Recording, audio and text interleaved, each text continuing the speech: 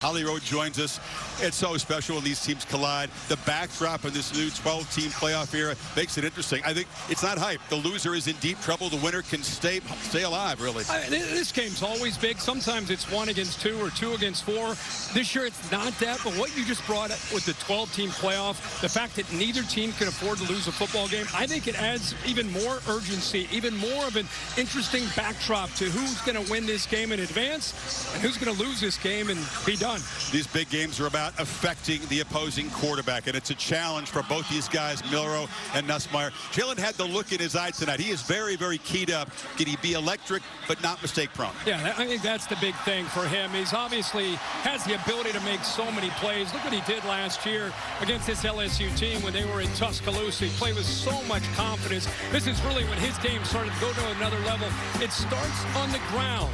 You know, if he can start to run the football, it's when I think things open up in the passing game. He's got to avoid feeling like he's got to do everything tonight. On the road, tough environment. To me, it's just start with the operation. No penalties, no false starts. Don't let the crowd take you out of your game. Can you have success early to try to maybe take some of this wild atmosphere, take it down a notch or two? But it's on his shoulders. He's got to deliver. We'll see how he can do. And a better LSU defense than the one that he ran through a year ago. He knows that. Garrett Nussmeier owning the mistakes he made in that loss to the Aggies. He had 2 weeks to kind of work on what led to them and clean it up tonight. Yeah, I think this is a guy that has that gunslinger mentality. You and I, we've watched him play a lot this year. Unfortunately, at times, he feels that he's got to make a play. He trusts his arm and his receivers so much. They've worked these last 2 weeks of bringing that down. Just throw it away. Just make the smart play. Play complementary football. He's focused on that. We'll see how he does tonight against Bama's defense. The backdrop here unmatched. The buildup has been tremendous, and the buzz is absolutely deafening. Glad you're with us for the Tide and the Tigers in this high-stakes collision on the Bayou.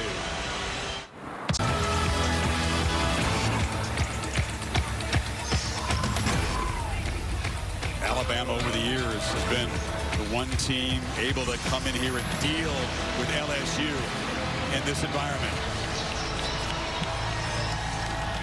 As the raindrops begin to fall, Bayou Bengals ready to make their entrance and get this place cranked up.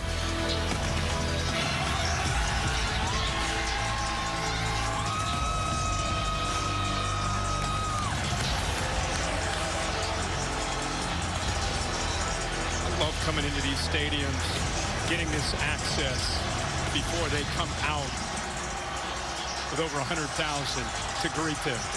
If you feel nerves, this is the moment where it's the toughest, isn't it, for these players? Oh, yeah. Saying, open that door, let us out of here. Here they come.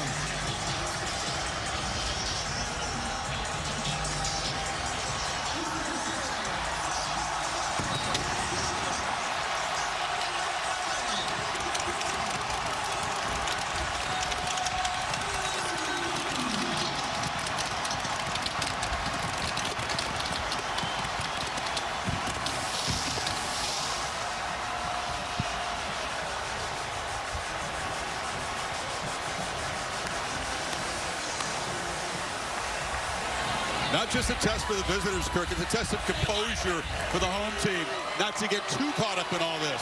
Absolutely. Bama's been prepping all week for this atmosphere. They know it's coming. They have struggled on the road. You recall losing at Vanderbilt, losing in the cauldron of noise at Tennessee. Have they learned from those losses? Can they handle it better tonight? They have to.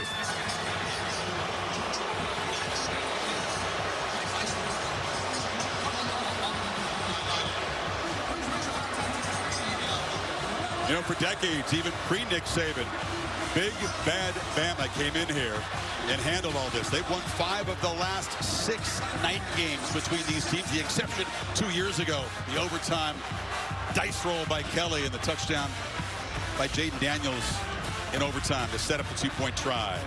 Death Valley at night. What makes it so special and how they fed off of it? Well, look at the day percentage. It's respectable. But at night, it's just different. Every opponent knows it. The buildup has been tremendous here all day. Game day, get things going in the morning.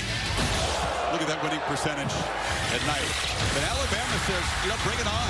Can this team do what those teams in the past was able to bring the physicality and quiet the people? We were here 2 years ago when They went into overtime. Mason Taylor made that touchdown to win it from the throw from Jaden Daniels. Look at this.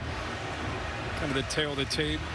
All-State playoff predictor shows you the importance. With a loss, LSU's chances almost nil, and Alabama not much better. That's great perspective before this ball gets in the air. What's at stake for both these teams?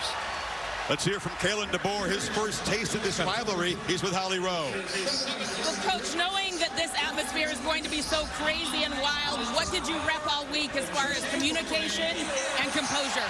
Yeah, we worked on the last 2 weeks with our bye, understanding what the environment's going to be, understanding how to adapt to it, back and forth with the cadence and all that kind of stuff. Obviously, the weather is part of that, too. Jalen Milroe does well when he gets off to a good start. How do you get him off to that start? Yeah, exactly. I mean, there's a combination of QB runs that you call and then just letting him do his thing. And, you know, you want him to use his legs. That helps him get going. But our guys are ready to go make some plays for him, too. Thanks, Coach. Okay. And, guys, he talked about the communication. When LSU just ran out of the tunnel, it was 113 decibels. That's about as loud as a New York City subway. They are going to change how they play on their cadence. They tried the clap at Tennessee with Jalen Milroe, and they got 3 false start penalties in the first half. They will change things up, and I'll keep you posted when we see it happen. Great stuff, Holly. Mentioned the light rain that's falling. It's not expected to be really a heavy rain, kind of intermittent light rain throughout, but Kalen DeBoer mentioned it. It's a little bit of a factor. It's a little bit breezy on the Bayou here tonight, and one more challenge for both sides dealing with this rain. LSU won the toss and, of course, deferred, put that defense out there against Jalen Milroe and the Alabama offense.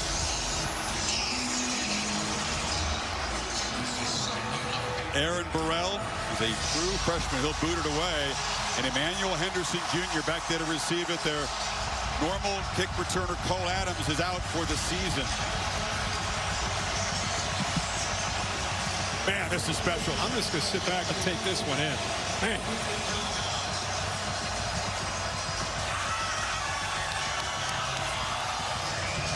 And this gets the blood flowing right here. Oh, yeah.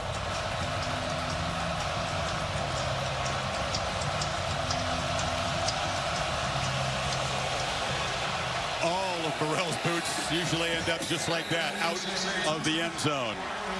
And here comes Jalen Milroe. Those 6 interceptions, one with his 13 touchdown passes.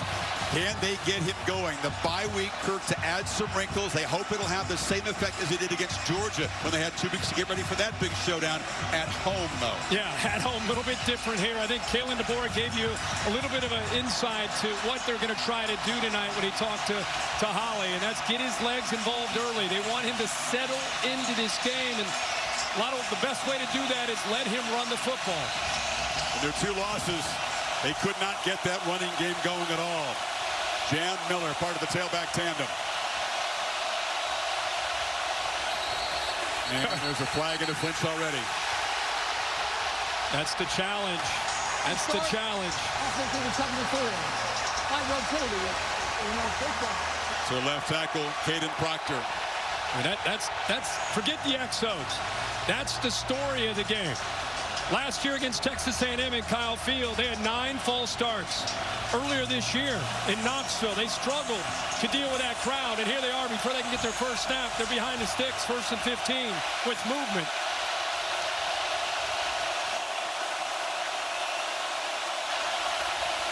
First and 15 handoff to Miller, who plows ahead for about a yard. They're the impact players in this showdown. Savion Jones made the stop that time. They are Jam Miller, you see these backs. See a couple. Haynes will be in there as well. Ryan Williams, spectacular true freshman. They'll try to get him isolated. Brandon Swinson off the edge. 4 really good matchup on the edge against these tackles and Whit Weeks. What an impact he's had the last 4 or 5 weeks for the LSU defense. Flying around, number 40 in the middle. This is so crucial to get something out of his 2nd and 14 and not face the 3rd and long right away. Milroe trying to communicate. Play clock down at 5. Low snap, he collects it, immediately is on the run, trying to stay alive and hurls it along the sidelines. And left alone is Ryan Williams, who collects it and has a first down out near the 40. That's all Jalen Milroe. You're pulling the guard this way. Watch how easy it is. He's dead. There's right there. There's two guys. That's the athletic ability and the defense. What are they doing? They have their eyes in the backfield. That was Major Burns, number 8, the safety in the flat. Instead of looking around trying to find a receiver, he's watching Jalen Milroe. Receiver Williams able to get away from coverage. Everybody knows that on both sides, the start is so crucial for Jalen Milroe. On the end around, this is Kendrick Law, and he's stopped right at the line of scrimmage. Play made by Zy Alexander. Focus on this Alabama offensive line. They're a very talented group, but you said they've been mistake-prone in some big moments as well. Yeah, and I think the edges, Pritchett and Proctor, they've had moments where they've played well, and they've had moments where they've struggled. It'll be a big challenge for them, not just the crowd, not being able to really have a good feel when that ball's being snapped, but the strength of LSU up front, the edges of Swenson and Jones. One of the better teams at pressuring the quarterback, an aggressive approach from Blake Baker. 2nd and 10, handoff. And another short gain for Jam Miller. It'll set up a 3rd down and long again. And they're trying to, a couple times they try to run the football on the inside, trying to get movement on the interior. You know, what you do is you take a double team, and you hope that double team wins, then you climb up to the linebacker. Problem is, what Blake Baker's doing, these guys are winning at the point of attack. They can't climb up to the backers. Williams off to the left, watched by Zy Alexander. Tigers don't bring pressure. A 3-man rush. Ball out quickly. Catch made by Law, who splits defenders and dives into LSU territory for a first down. Great blocks out there out in front of him. That was very important. Quick throw. Like the decision on 3rd down. They only rushed 3. You got 8 defenders there. Great blocks downfield. And what acceleration. It's good to see Kendrick Law healthy. Got dinged up against Georgia. Hadn't been at 100%. Now he's closer. And you can see the acceleration after the catch. It's Justice Haynes in a tailback. They'll rotate Haynes and Miller. Milroe looking to throw, now finds it out of the backfield. Haynes has some space, and he picks up about 9 before Alexander got him down. One of the dangers when you're defending this offense, Jalen Milroe, is this right here. If you peek into the backfield and respect their run game, you worry about Jalen Milroe, now you're lost. Now you're lost with your back turned, and it makes it very easy. Good decision by Milroe to check that down in this space. 3 for 3. He's in rhythm early, and on 2nd and short, easy conversion. Swenson making the stop for the Tide. Exactly what they hoped for, despite that penalty before they even snapped the ball the first time. Yeah, this crowd is into it. You made a great point about the start. Anybody who comes in here, it's always about having a quarterback that can handle that first snap before they even get a first snap. They had a false start, 1st and 15. Able to overcome that, convert on a 3rd down, and now in plus territory. 8th play of this opening drive. It's a keeper. Milroe follows the back. Milroe explodes in the secondary. Race for the end zone. Touchdown, Tide. What a start. 39 yards. Electric run. Shades of what he did to him a year ago. Well, just like that, and you got to focus on this block right here on the left side by Tyler Booker. Watch him get up, push that defensive lineman down another level. Linebacker blitzes, a little bit of pressure right here, actually took himself right out of the play, and then he just uses that speed. Had 155 yards, we talked about in the open last year with the 4 rushing touchdowns, and what a start again for Jalen Milroe. Efficient passing, explosive running. It was really an 80-yard drive because they were backed up after the penalty, but they take it to the house. 39 yards, and Alabama making Tiger Stadium a little bit quieter for now. Bayou Bengals' first possession coming up. Well, what a way to start this game for Jalen Milroe and Alabama. Great job here on that zone read, and if you're defending him, you better hustle on that backside. That's just a natural feel as a runner. The fastest guy on this team, and there's Nick Sheridan, the play caller. Let's go! I mean, how fired up is he on that first series? That's how you get a game started right there. Came with DeBoer from Washington. Connor Tulty's boot is taken by Xavier Thomas at the goal line. Slips a tackle. Thomas has got speed and is still moving out near midfield. They finally angle him out of bounds, but a great start for Garrett Nussmeier and the offense after a 50-yard return. He is so dangerous when he has a chance to get his hands on the football. The transfer out of Mississippi State. As a receiver, he's a guy, kind of a scat back. You want to get him in space. You can see what he can do as a returner, man. What a great job of giving LSU tremendous field position. He'll go out of bounds right at midfield. Here's Garrett Nussmeier. Strong-arm quarterback, elite arm talent. First year as a starter, two-year backup, of course, to the Heisman winner, Jaden Daniels. Says, I own those mistakes, and I'm very good at turning the page and bouncing back, and he'll be tested in that department tonight. Looking to throw on first down. Pressure comes, and the ball's fired into the Crimson Tide bench. Here's the impact players when LSU has the football.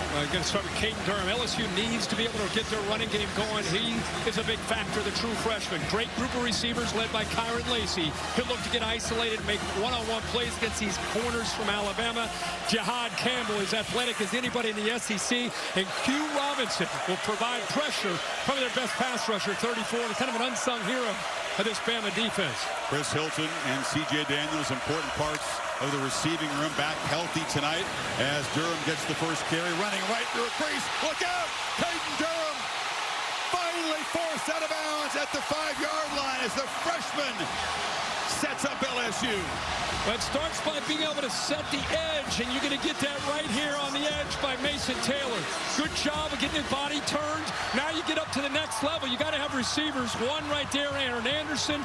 Good job by 4, C.J. Daniels. We just talked about the impact that Caden Durham could have on this game. He gets his hands on the ball with some good blocks, and boy, does he accelerate for a young player. Devontae Smith got an arm on him. That's never going to be enough to bring down Caden Durham. So what a response by this offense. Set up at the 50, now at the 5-yard line. Nussmeier rolling, scanning the end zone, flips it back, and it's incomplete. Tried to go up high and get it to Quidez Green, the 6'7" tight end. Yeah, a lot of people have talked about LSU. They need to become more balanced. They got to be able to run the football. Caden Durham has taken over as the featured back, but not a lot of people know that over the last few weeks, he's had a steel plate in his cleat, and he's had to try to overcome some dislocated toes. That's his shoe that he's been playing with. That plate is now out.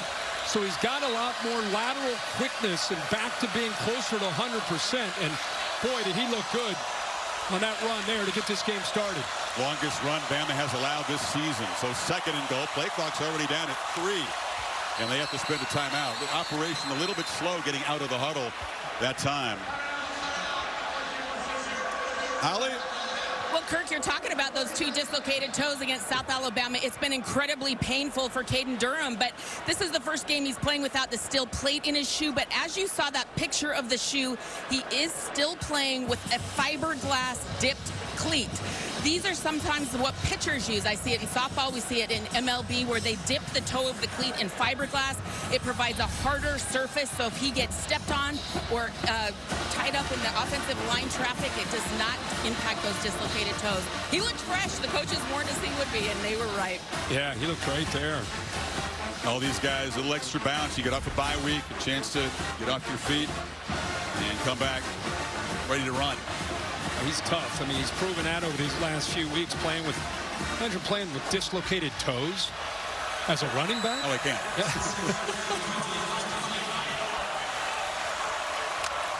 Now an opportunity to answer.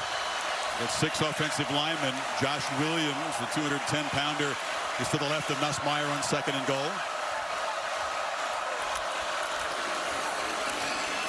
He's going to try to bounce it, and he's going to end up fighting hard just to get back to the line of scrimmage. Justin Jefferson, middle linebacker, got there in a hurry. They did a nice job. It's so tough when Bama's able to rotate bodies in the interior. Tough to get any movement at all. You got a backup guard in Paul Mubinga playing at left guard. In for Dellinger, and no push at all there. One of the big moments here early in this game. Can LSU answer? Can the Tide force a field goal attempt? Been stout red zone defense so far this season. Slant. Bobble.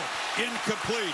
broken up nicely. Lacey was there, but Jihad Campbell, the do everything linebacker, was in coverage at fourth down. It's great that you said do everything. He can blitz, he can pressure the quarterback, he set the edge on the last play, and now he's out in space trying to make a play against their best receiver, and he does.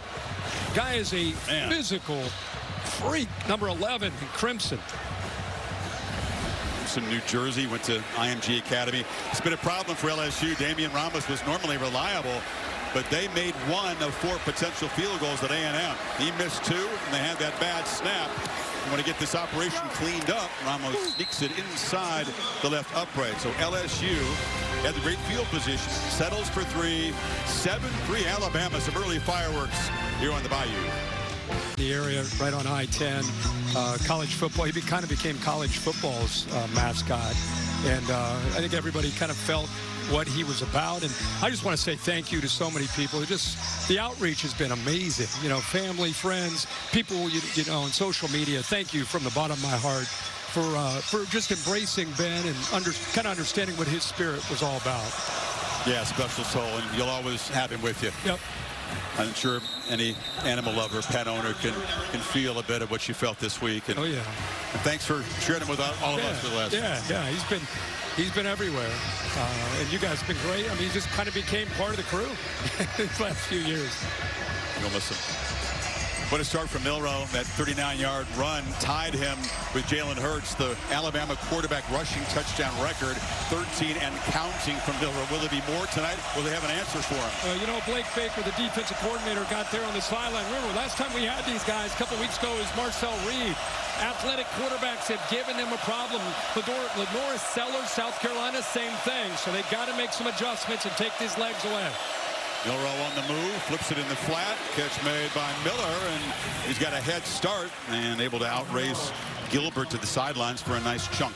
You know, when this offense is going and Jalen Milroe is playing, he's kind of wheeling and dealing. We talked in the open. Killian DeBoer told Holly Rowe, and we're going to continue to talk about it. His legs set everything up. It gets him into that groove. It gets him to feel confident. And most importantly, it gets LSU's linebackers and defensive backs worried about him running, and it opens up some passing opportunities. Miller cuts it back and knocked down after a 2-yard gain. Yeah, you always say the start is important for anybody who comes in here, but it's just Milroe's makeup. If he can build on early confidence and get in a flow, he can be really, really tough to stop. Georgia found that out. Yeah. You know, any quarterback, but with his skill set, I think it's amplified. And I think for a guy that's played in so many big games, the moment's never too big for him. But by starting fast, you don't have to press to make plays. Trying to make a play here to get the drive going on 3rd and 3. And some confusion, it looked like, but Milroe just cleans it up, pulls the ball, gets the edge, and moves the sticks. I think that was a run all the way. He just wanted Jam Miller to get out in front of him and provide that edge. That's what he got. It looks like it's a little hesitant, but you'll see he gets out in front. Then he kind of starts to show a fake, just gets off of it. Now it's a foot race to get to the corner and try to pick up that first down. He's able to get that easily. Both backs, Miller and Haynes, good blockers, and that's an important piece of the quarterback run game, too. On first down from the pocket, checks it down again. Miller on the edge. Man, Kirk, they've got some easy access yards for these backs so far. Holly, what do you have? Well, guys, after that tough start at Tennessee with the crowd noise, they've changed their operation tonight. You can see Jalen Milroe signal the offense to start with his knee. Then the left guard taps the center. This is different. He was using the clap, but it was not effective. Keeper again, Milroe. Oh, man, if you're out there on the edge trying to make a play, it was Gilbert. That's how your heart's in your mouth. No doubt about that. Give credit to Nick Sheridan. Look at it. You got 3 receivers. They're giving this look. Nobody's able to set the edge on the defense. He's going to read that. He's going to just pull it. Look, there's nobody outside. And that's a no-no against any quarterback, let alone against Jalen Milroe. So the formation moves the defense to the field, and he ends up running back towards that edge there of that defense where nobody's able to contain him. Different snapper here. Gino Vandermark is in. Parker Brailsford lost his helmet and has to come out for a play. Tied on the move again in LSU territory. Quick throw again. It's a screen, but Jeremy Bernard is going to be trapped behind the line by Zy Alexander, their best DB. Ryan Williams, who was trying to make a block there, did not have a chance. That trips formation we just saw, they went right back to it. But Zy Alexander, watch how quickly he shoots. Like, he fires there. As soon as that ball was snapped, he was already making a move. Ryan Williams didn't have a chance. Brailsford back in the game. Milroe from the pocket delivers complete. Taking a hit, but holding on was Ryan Williams there. His second catch. Gilbert tried to knock the ball loose. Couldn't. It'll be 3rd and short. Tide lining up fast. Yeah, pretty good push up the middle. But Milroe, good focus downfield. Great throw. Haynes dragging with Weeks for just enough to move the sticks again to the 37. Well, how physical is that inside? These linebackers are flying downhill in this short yardage. Watch the left tackle, Proctor, get up to Burns, who is collapsing down. Good job of anticipating those backers and safeties firing down.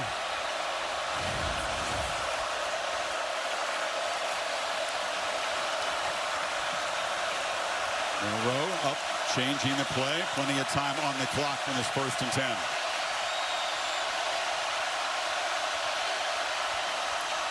Pitch to the edge. The ball was deflected. That was Weeks coming up there who got a hand on it. He's become one of the better blitzing linebackers in the SEC, able to get his forearm on that ball, not his hand, but good job of timing that. Boy, he plays with so much energy. Feel like the defense feeds off of any great linebacker, and Weeks has become that here in the second half of the season. Got one of the best pressure rates in the country. In other words, when he rushes, he gets home a lot and makes the quarterback feel his effect. That's the first incompletion for Milroe tonight.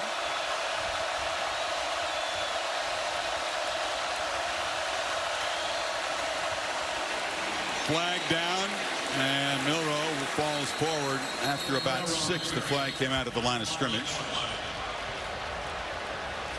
Sean Womack made the stop. Ken Williamson in charge of this crew. Some movement on the LSU side. Looks like they're going to get him. I think it was Womack. Offside. Defense number 15, line up in the neutral zone. 5-yard penalty. It remains 2nd down. Just a mental mistake. He's trying to get a little bit of he's right here. He's trying to get a little bit of a head start. See what kind of athletic ability he has. Looking in the backfield, not the football. Right. Blake Baker, a good look at him, the defensive coordinator. Milroe already 51 yards on the ground in 2 series. 2nd and 5. Milroe flips it back. It's a screen, and Miller has got some space, and he scoots down to the 11-yard line. The backs have been killing LSU out of the backfield so far. Well, the motion is really a big part of what they do here, because they're selling this to the field. And now look at this defense. Most of them are flying this way, and you end up just timing this up perfectly. Good job by Milroe being patient, not selling it too early. He sold it to the right, let the defense move with him, and then baited them, and then perfectly dumps that back to Miller for big yards. Boy, he is playing well right now. It's 4 receptions for the running backs already. 1st down. Milroe picks his way patiently down to the 6 before Weeks got him down. Nick Sheridan deserves, I think, an assist as well, because right now they are perfectly balanced with their play calling. Pre-snap movement again with Ryan Williams. This defense at 2nd and 3rd level, their eyes are being challenged with what Nick Sheridan's throwing at them. Pre-snap movement, personnel groupings, motions, a quarterback that can run, that can throw. It's a lot to deal with. And Milroe's being patient. He's not forcing anything, just kind of managing this offense. Keeper again, escapes, and now flips it over the head of Jeremy Bernard. That was pure improvisation. He did avoid the loss and sets up a 3rd and 5 now. Yeah, that's a quarterback run all the way. He's trying to run that football as a quarterback counter. I mean, you got linemen pulling to the left. That's a QB counter. He somehow gets out of that, gets off of Jones, and then decides to throw the football. It was one of those red zone plays that amounts to a 4-point play.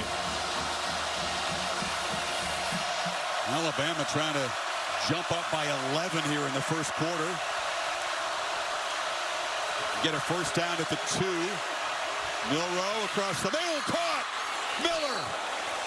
Stout short. It'll be first and goal. Another completion to a tailback. It's almost like an option route out of the backfield. It's a one-on-one matchup with Miller against Weeks, and too much space there for Weeks to stop that. Bama trying to quickly line up and punch it in. It's Miller again. No, he got submarined by Weeks, who just dove at his legs that time.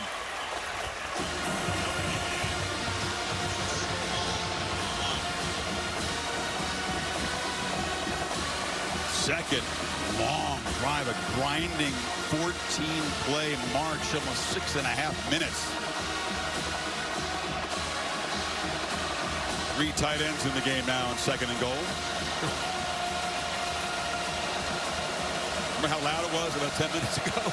Yeah. This is the loud end. The students trying to make it tough on the Tide at this end of the field. And time running out. Kalen DeBoer shows some quick skits out on the field and spends the first time out. Tide on the doorstep trying to build an early lead here in Baton Rouge.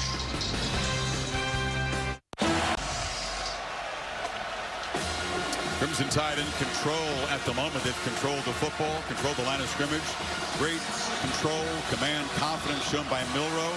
They've converted 3 third downs on this drive and now stand on the doorstep and second and goal.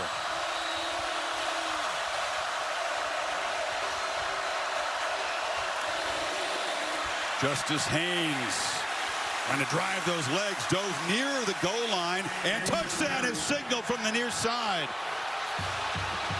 So Justice Haynes caps off a drive that really belonged to his buddy Jam Miller. Boy, they'll take a peek to make sure that play was stopped. Savion Jones had it stopped. Weeks was there to help out, but Haynes just kept powering his feet. Somehow he gets underneath that defensive front. He ends up on the other side of it. They had him completely stoned at the line of scrimmage. Crowd not convinced they saw the football break the plane. Of course, looking at this right now. Touchdowns. That previous play is under review. Of course, they'll review this potential scoring play. John Allman is the replay official. Bill, what could they see that might overturn the call of touchdown?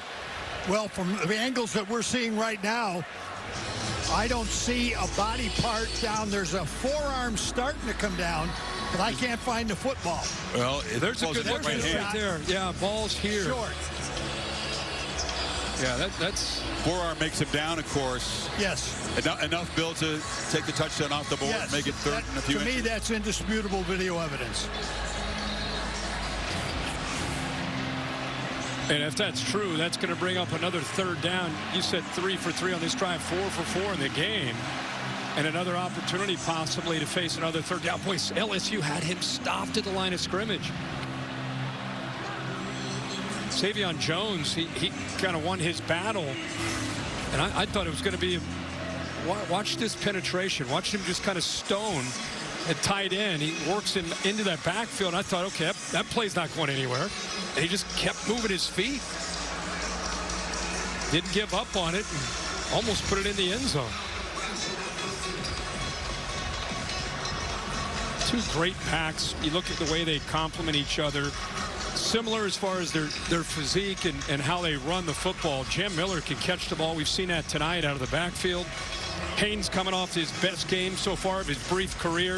8 for 79, averaged almost 10 yards a carry against Mizzou. How about the run, Kirk, where he just ran right over a Tiger defender, knocked him over, and then kept running. Yeah. The yards after contact is strong for both of these guys. Boy, those two together, it looked like your workout program there with 22 with your arms. Easy. Hey, Bill, can we get this operation going? How long does it take to see what you saw in 15 seconds? I mean, John Allman still under the hood there. Our guess is they'll move it back a few inches away. After further ado, the ruling on the field stands. Okay, or they could let it stand. You Wow. called it Wow. clear evidence. Brian Kelly not buying it. So it is a touchdown for Justice Haynes and a second long touchdown drive for Alabama. And there you have it. 15 plays, 7 minutes and 4 seconds. You cannot be more impressive on offense in this environment than Alabama has been in this first. As the Crimson Tide ready for this environment, at least so far. Long way to go. Nicholson makes it 14-3. Longest drive of the year for the Tide in terms of number of plays.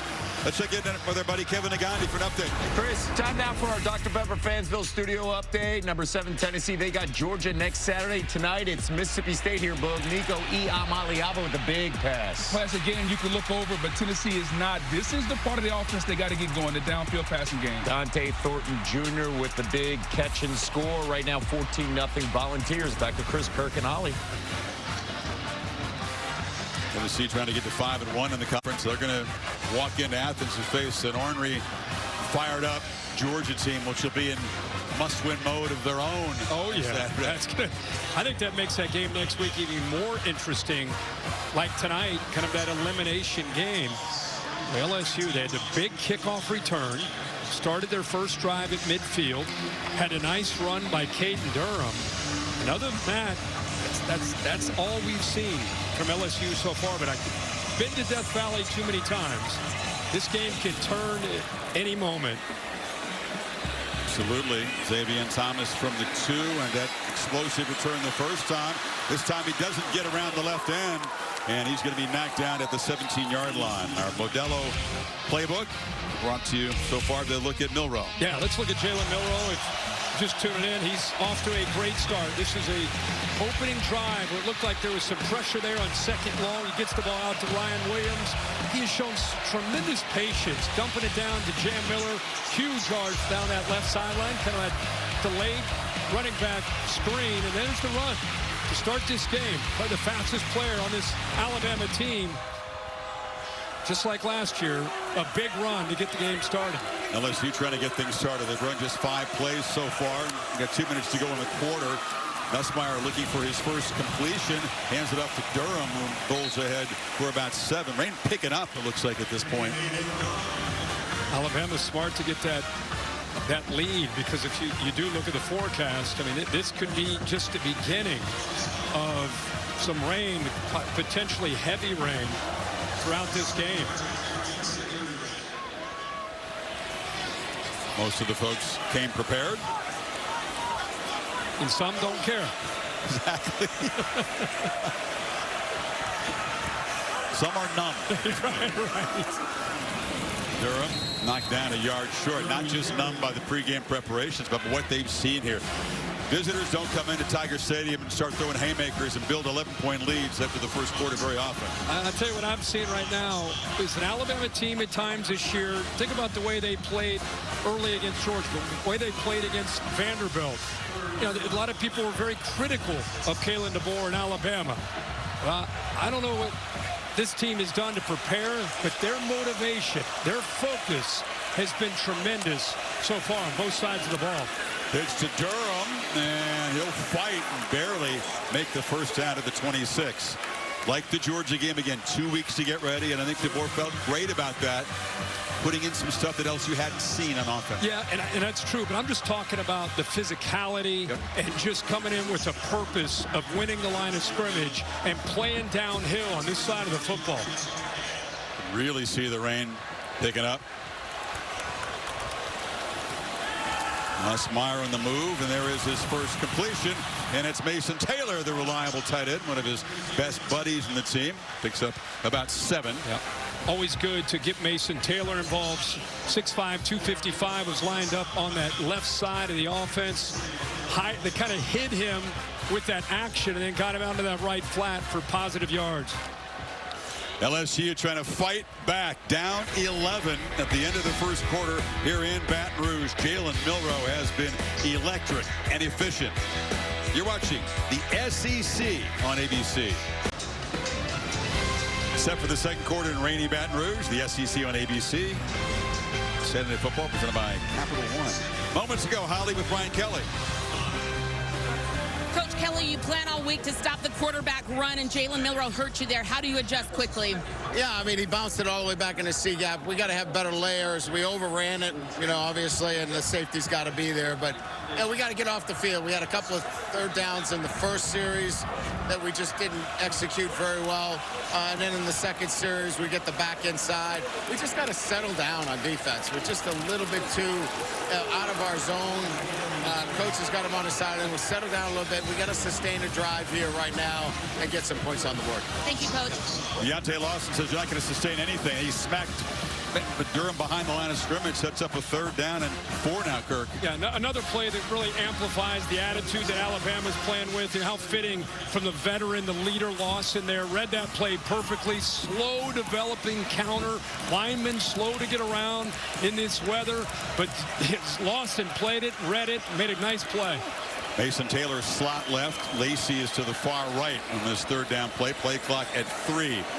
And again, the operation may be a little slow. The importance of this play already down 11, and they'll spend their second time out of the half. Coaches on the LSU sideline not happy. They're trying to, it's like being in a boxing match. You prepare, you come out, you're ready to go out, and all of a sudden, boom, you take it right in the nose, and you go back to the corner man. They're trying to get you back to kind of recalibrate. That's what Brian Kelly's doing right now with Nussmeier and his football team.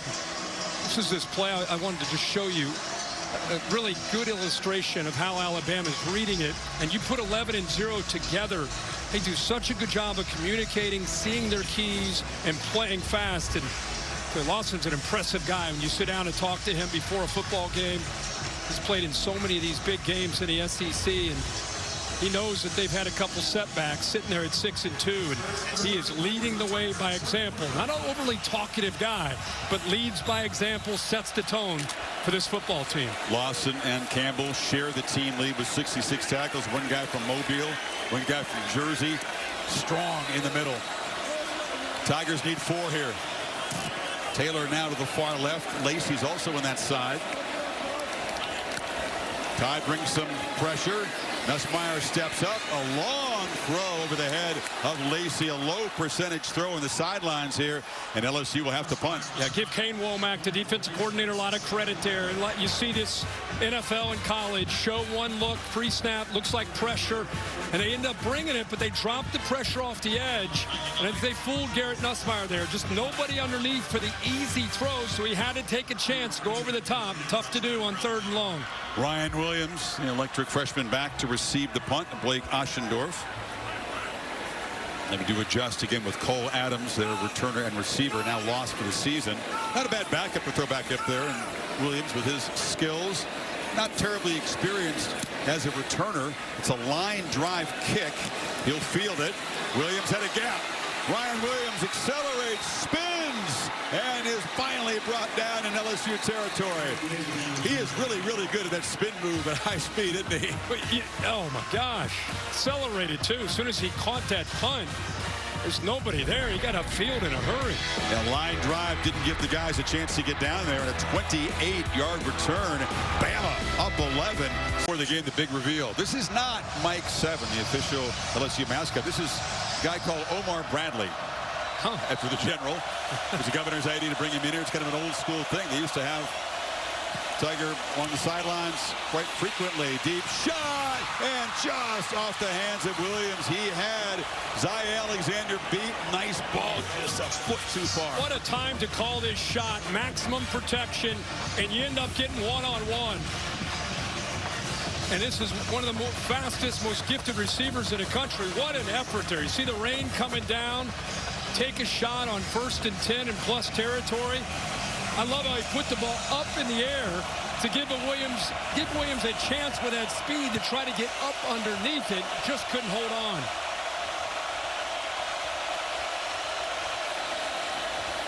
Second down handoff. Miller. All those electric downfield plays, of course, the one that eventually provided the winning points against Georgia. It's tapered off recently, Kirk, in recent weeks. They haven't been able to connect quite as frequently on those downfield shots. Teams try to take it away. Yeah, they do, and you don't have 3 or 4 or 5 Alabama receivers. Right now, with the offense and where they are, you have 2. Mainly Ryan Williams, and you have Jeremy Bernard as well, but It's an offense that relies on him. Defensive obviously try to take his big play ability away. Kelly told Holly, got to get off the field on defense. It's a 3rd and 9 here. Big opportunity. Crowd has been taken out of this game until this 3rd down. Milroe running out of play clock. And we'll have to spend a timeout. Tried to make those adjustments. And DeBoer spends the first of his timeouts.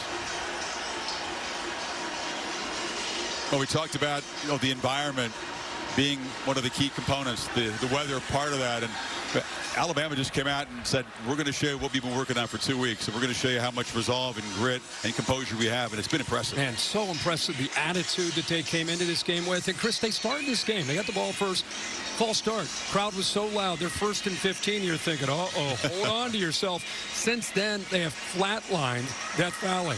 I mean, now it's 3rd down. The crowd's going to get back into it. But give Alabama a lot of credit. It's a 4-quarter game, 60-minute game.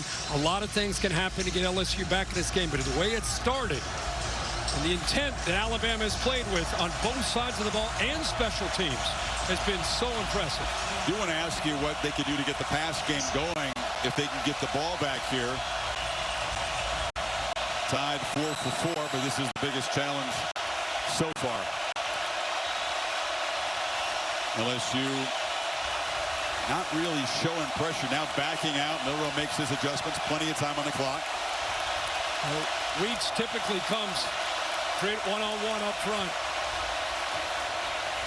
Still a 4-man rush, and on the slant, Miller out of the backfield. Another catch, another 1st down. He's been automatic on these 3rd downs. But we talked about the blitz, and when you bring the blitz here, you're going to create space behind it. Look at Milroe's patience. Waits, nobody underneath.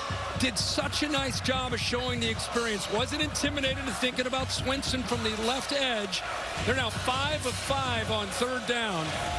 And I'll tell you, Jalen Milroe talked about running the ball to get into that zone. He sure is there right now with his decision-making. Instead of getting off the field, LSU's got to try to, tackle these Alabama running backs. Downhill run by Miller. Sage Ryan, the star, kind of get trucked there. Parker Brails, again, I'm using examples to show what Alabama's doing as far as just showing up with it with a purpose. There's Brailsford, the center. Look at that block right there. See how he turned his body, drives him into the ground. I mean, that's sending a message.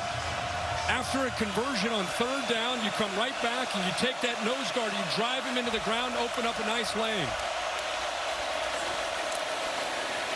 Haynes trying to get around the left edge, and he's going to be dragged down by Greg Penn after a short game.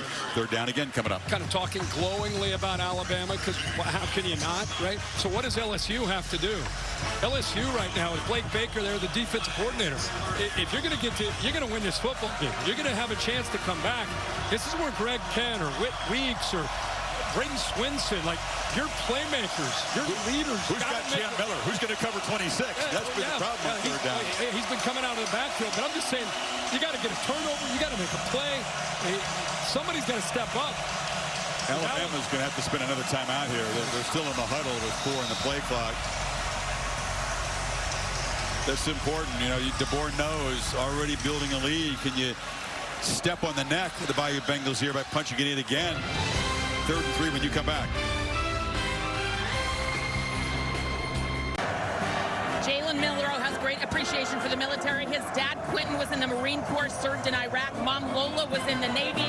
The military discipline is how they've run their household, and they said, we taught our son to play with honor and that the mission is always bigger than himself. That's great stuff. He's very proud of both of his parents. Obviously, needs 3 to keep the drive going, and a pre-snap flag. And that's the first kind of misfire they've had since the very first moment of this game. Offense number 87. Denny Lewis. 5-yard penalty. Tight end on the left there. Had 3 tight ends in the game. It's going to make it 3rd and 8. It's potentially costly. They're not in field goal range. That'd be easy for Nicholson here, especially in these rainy conditions. So they need to get closer to have a chance, even if they can't make the 8 for the 1st down. They've been right around 3rd and 5 most of the night, and they're 5 for 5, like you said, so far. Four-man rush. Milroe has time, launches downfield, and just over the head of Emmanuel Henderson, who had Alexander beat by a step. Again, they don't pick up anything, and it's fourth down. Not really great position for Nicholson to try a field goal. No, and they're playing man-to-man coverage with no support. I mean, this is just who's going to win that battle. He's able to keep that safety in the middle of the field, used his eyes to keep him over there. That's Sage Ryan, one-on-one. He got on top of him. They just missed a throw. Going to send him out there. He did kick a 52-yarder. That's the distance here at Miami of Ohio when he was the Lou Groza Award winner as the top kicker last year. Hasn't made a kick this long so far for the Tide. 52 to make this a 14-point game, and a whistle and a flag before the snap. They take too much time. Oh, wow. 5-yard penalty. No fourth down. That is tough. Jay Nunez is the special teams coordinator. You saw Kalen DeBoer frustrated. Now he says, let's punt it. I mean, you're up 14-3 in Death Valley. You'd love to take a field goal shot. And if the circumstances were different, you'd probably take a shot here. Oh, he's frustrated. Punt it. The way your defense is playing, try to pin him. Yeah, it's been sluggish. I think both sides, the operation hasn't been that crisp. Whether it's the rain, the noise, whatever, the pressure of the game. Yeah, two false start penalties back-to-back takes them out of field goal range. So everything's been flawless up to that point. Unlike LSU, Burnip does give Alabama elite punting. And this one checks up pretty nicely and rolls dead at the 10-yard line. So on a rainy night, LSU is going to be backed up from there, but still down only 11. State Farm Champions Classic Tuesday night in Atlanta. #1 Kansas taking on the Spartans. Then the exclusive reveal of the second edition of the CFP rankings. 8:30. Reese, you and company. Oh, you're not? I retired from that. Oh, yeah. It'll be Boog. And, is that congratulations or condolences? I think we know the answer. Joseph Scott Galloway, Boog, and they got it covered. They got it. Yeah, they got it. Got to be careful here. It looks like the rain has let up. That's good news for Nussmeier as they begin from the 10. Play fake. Steps up, fires down the middle. A beautiful throw and a catch by Mason Taylor. And they're backed up no longer. Desperately needed downfield play. Picked up 26. Yeah, it's a good job here. Been able to try to get behind these linebackers. Hit between the safety and the corner. Seam route. Ball has to be thrown on a line. And how dangerous of a weapon is Mason Taylor when he can get into that seam like that with a length at 6'5". They wanted to target him more and earlier than did against the Aggies. End around here. Xavier Thomas has the edge, accelerates, and is pushed out near first down yardage at the 45. He got 12 more. It is a first. Mubinga, this is a key for a linebacker. When you see a guard pull this way, the linebacker's reading the guard. When he pulls, he moves that way. Now it comes back the other way. It gives you great blocking angles. And once he got outside of Malachi Moore, he had plenty of room there to get good yards. It's a false key there for the linebacker.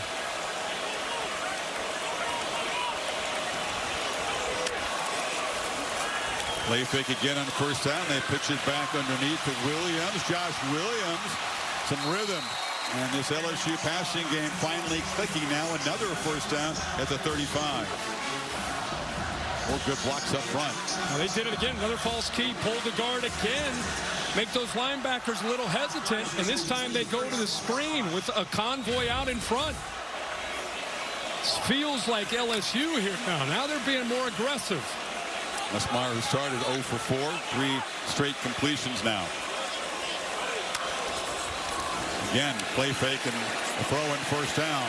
Long looping throw, put it in harm's way, and going to break it up was Aaron Anderson, because Xavier Brown, the freshman who made that game-clinching pick against Georgia, had that tracked. Well, it's because you're going to see it looks like man coverage, and then he comes off and is in position there. You're seeing more and more of that in college football, where you show man, make the quarterback think, I got a shot here to throw. It's zone, and then you throw it to the outside. It's going to be a penalty, but that's what he's talking to him about right there. Make sure you stay on your read. He got fooled there. Yeah, Tim Smith roughed Nussmeier, and that's why the ball's moved down to the 21-yard line. Got him around the neck with a big arm there. So LSU, that's the break they needed. Nussmeier again looking to throw on first down. Look out. Josh Williams blown up by Bray Hubbard, the safety.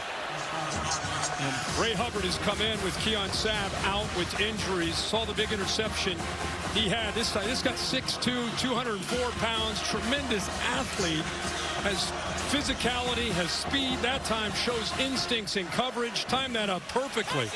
Big shoes to fill, right? Keon Sabb, the transfer from Michigan, one of the vocal leaders, very savvy part of the secondary. And he's going to be sorely missed. But good job by Hubbard filling in. Direct snap. This is Juwan Johnson, the freshman running back. A wrinkle, but they don't show much. There's a flag down as he's knocked out of bounds. Yeah, it's going to be a hold on Will Campbell, 66, the left tackle. We're just talking about Bray Hubbard. He's coming up in run support, and Campbell ended up holding on to him. Holding offense number 66. 10-yard penalty, previous spot. Repeat, second down. Campbell, one of the two highly regarded tackles on this offensive line. Yeah, he's just working outside in position, but out there in space. That's supposed to be offensive tackle is not supposed to be a literal thing, right? No. Tell you, Hubbard is an. Remember that interception he had at Vandy or Mizzou? Yeah, it's all over the field. That's a pass off the hands of Johnson. And so LSU in position again, but that holding penalty makes it tricky, and now it's 3rd and 20.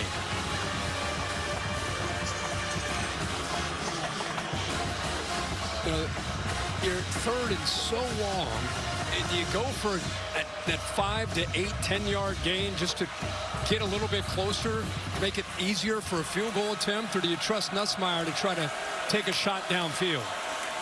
Well, it's another short throw trying to make a play as Williams and. Yeah, you're trying, you quick throw like that. You just want to get that 5, 10 yards, give him a little bit of a better chance here.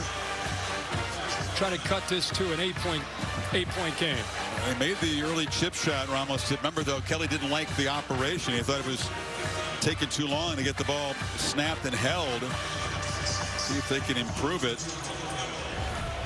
Roy is the snapper.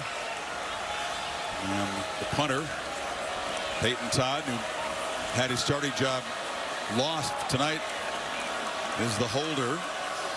This from 43, and that's more like it. Ramos has been reliable. SEC Special Teams Player of the Week when he kicked 4 against Arkansas. Shaky the last game, but is 2 for 2 tonight, and it cuts the lead to 8. And great moments in this rivalry, and there's Joe Burrow.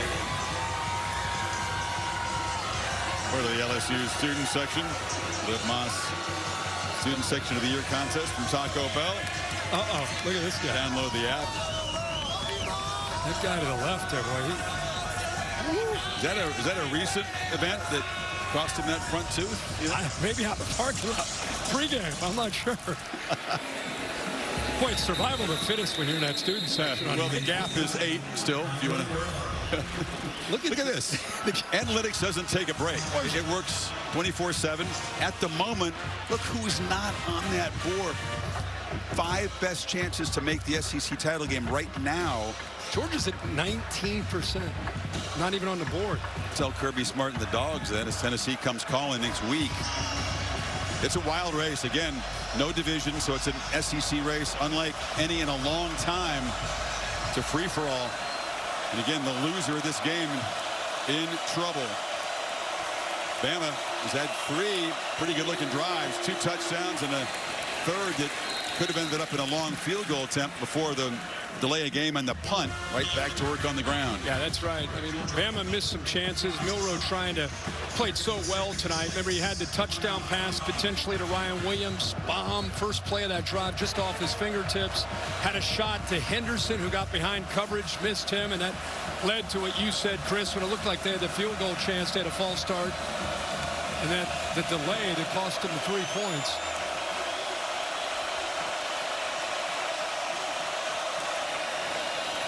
End around, Kendrick Law.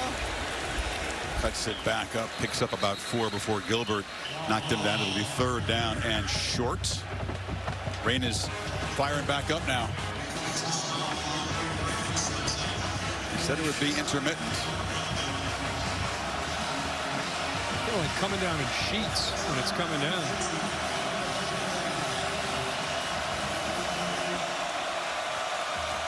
So far, no turnovers. Both offenses have handled the tough conditions well at the moment. Miller in the back on 3rd and 2. Checking with the sidelines. Communicating to the guys up front. From the pocket, Milroe trying to escape, trying to run for it now. Oh, it's a juke on the edge. He just got around Braden Swinson, the defensive end, and picks up the 1st down. Oh, it is so difficult to be able to handle him when he gets out into space, especially for a big defensive end. Just trying to give it a different look. Swinson's a big man, 250 pounds.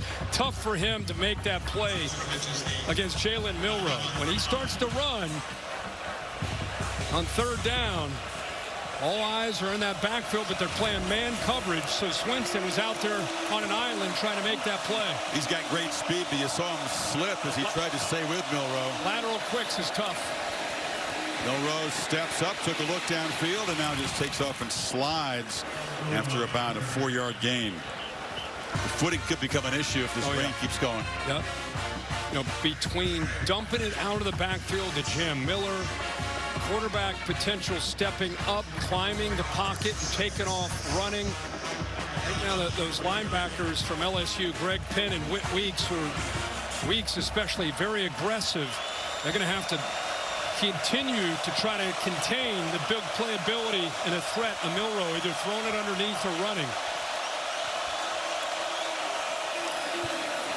Haynes has it as a crease. Justice Haynes bangs into LSU territory for a 1st down. Picked up 8. A great job of getting up to that 2nd level by Tyler Booker, the left guard. He's kind of the leader of that front. See 52 just kind of work up. Don't have to worry about the double team. Just able to get right there, get hands on Weeks. Alabama running game took a long time to get going against Missouri, but they overpowered the Tigers in the 2nd half, and they've picked up where they left off tonight in the 1st half in Baton Rouge. Haynes again in the middle, just plows ahead, makes it look easy to pick up 7 or 8. Well, anytime you run a counter, the left side in this play with Proctor and Booker, you've got to be able to win on this side to allow these guys to pull around. Watch that left side, 74 and 52. They win, and now you're able to get a hat on a hat with that counter play. But it starts on that play side. This offensive line is being favored. Again, the line of scrimmage being favored by the Bama offensive line. Josh Cuevas, the tight end, came around through a nice block as well. Yep. 2nd and 3. Tomlinson, short gain by Miller. Set up 3rd and 1. Tide lining up quickly here. LSU just trying to get the chin straps fastened and the cleats in the ground. Bad snap. Milroe picks it up and tried to hand it off. They're not going to get there. A near disaster. Just we were saying how well they'd handled the wet football so far. It's going to be 4th down. That's how it works, right? I don't think the ball ever got up. He's lucky to get his hands on it. For whatever reason, Brailsford, he just lost the grip of the football. So with that process of hurrying up, he doesn't get his hands on it. And Milroe, being the athlete that he is able to scoop it up. But he is held short, Chris, like you said, at that 1st down. Jaden Roberts, right guard, being looked at by the athletic training staff. So a timeout on the field as both teams talk about this 4th and 1. If you're DeBoer, Kirk, I mean, you trust your offensive line. Easy call to just go for it here on 4th down. You try to pooch it down there. Well, I think there's 2 different ways to look at it. The number one way is you've been aggressive all night. You trust your quarterback. You trust your offensive line who's winning a line of scrimmage. And, a chance to potentially put more points on the board. You go for it. And on the other hand, with the weather, 8-point lead, try to pin them inside the 10. So Just depends what Kalen DeBoer is thinking about right now in this 4th down play. This is a loss right here. Roberts in the interior on that right side. Not putting any weight in that left leg. That's not a good look. The big 310-pound junior from Houston.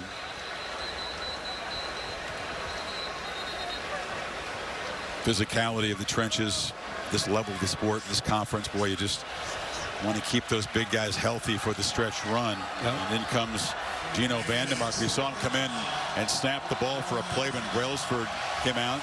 This is his natural position at guard. And on 4th and 1, 8 straight runs on this drive. Can Alabama grind out a yard here to keep it going? Miller's the back.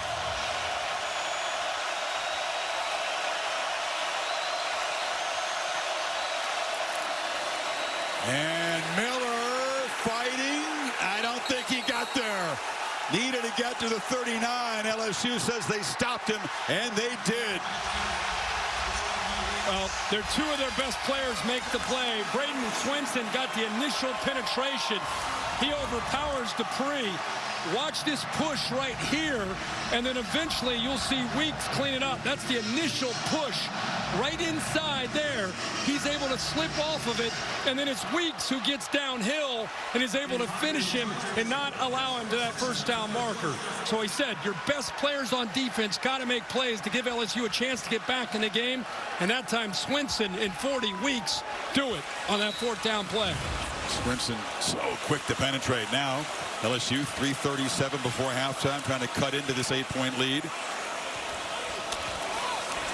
And fake it to Durham. Nussmeier immediately under pressure, loses the football. It's on the ground, and it's scooped up. And Alabama with the takeaway. Tim Smith made the recovery. The pressure came from Jihad Campbell.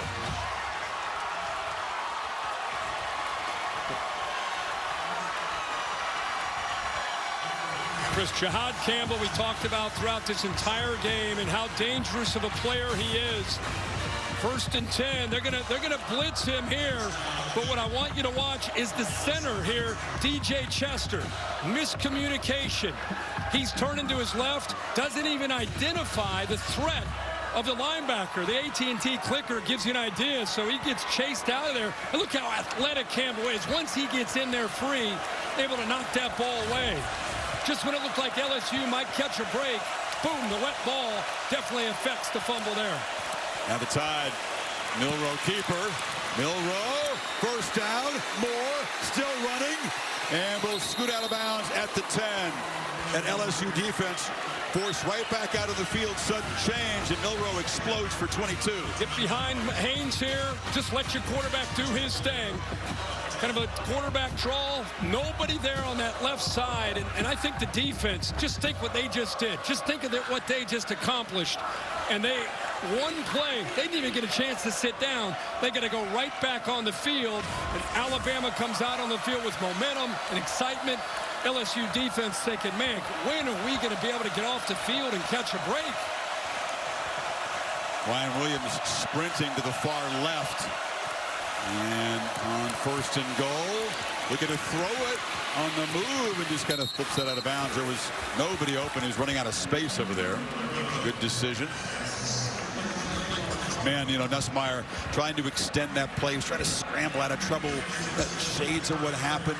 That play that turned the game around at Kyle Field. Just trying to extend and make something happen, but set a mistake. Yeah, and in this case, his offensive line didn't do him any favors. Just a bust assignment.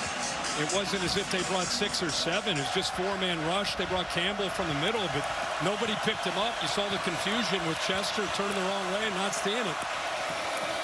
Milroe, keeper all the way. Jalen Milroe, touchdown. Number 4 continues to be a nightmare for this LSU defense. Shades of last year. 2nd touchdown run tonight, and what a streak. All of a sudden, LSU's got momentum. Boom, fumble, and Alabama builds the lead. Yeah, right now, LSU, that's the 2nd time on this drive. They ran that quarterback draw. Jalen Milroe saw it as soon as he took off. You could see him accelerate. Knew he was going to have to potentially lower his shoulder into Weeks, and he did.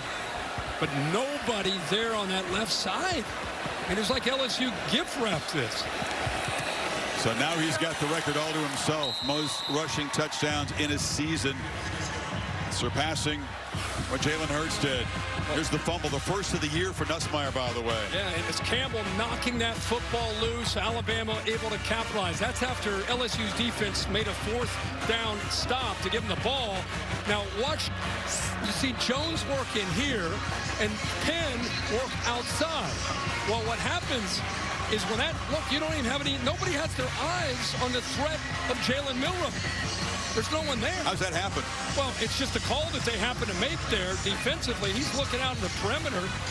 And then you got the back doesn't have anybody to pick up. Justin Haynes, and he's easily solved that he's going to just use his speed to get into the end zone. And the beat continues for LSU. A real problem stopping running quarterbacks. Lennar Sellers, the loss of South Carolina really hurt him. Yep. Obviously, we saw what happened when Marcel Reed came in off the bench against Texas A&M and ran the zone read right through him. And again tonight. I mean, if they're going to make adjustments, it's, listen, we got to stop him and the threat of running. Make him throw this football. Fabian Thomas wants to make a long run, turns the corner at 17, 2:28 before halftime. Holly?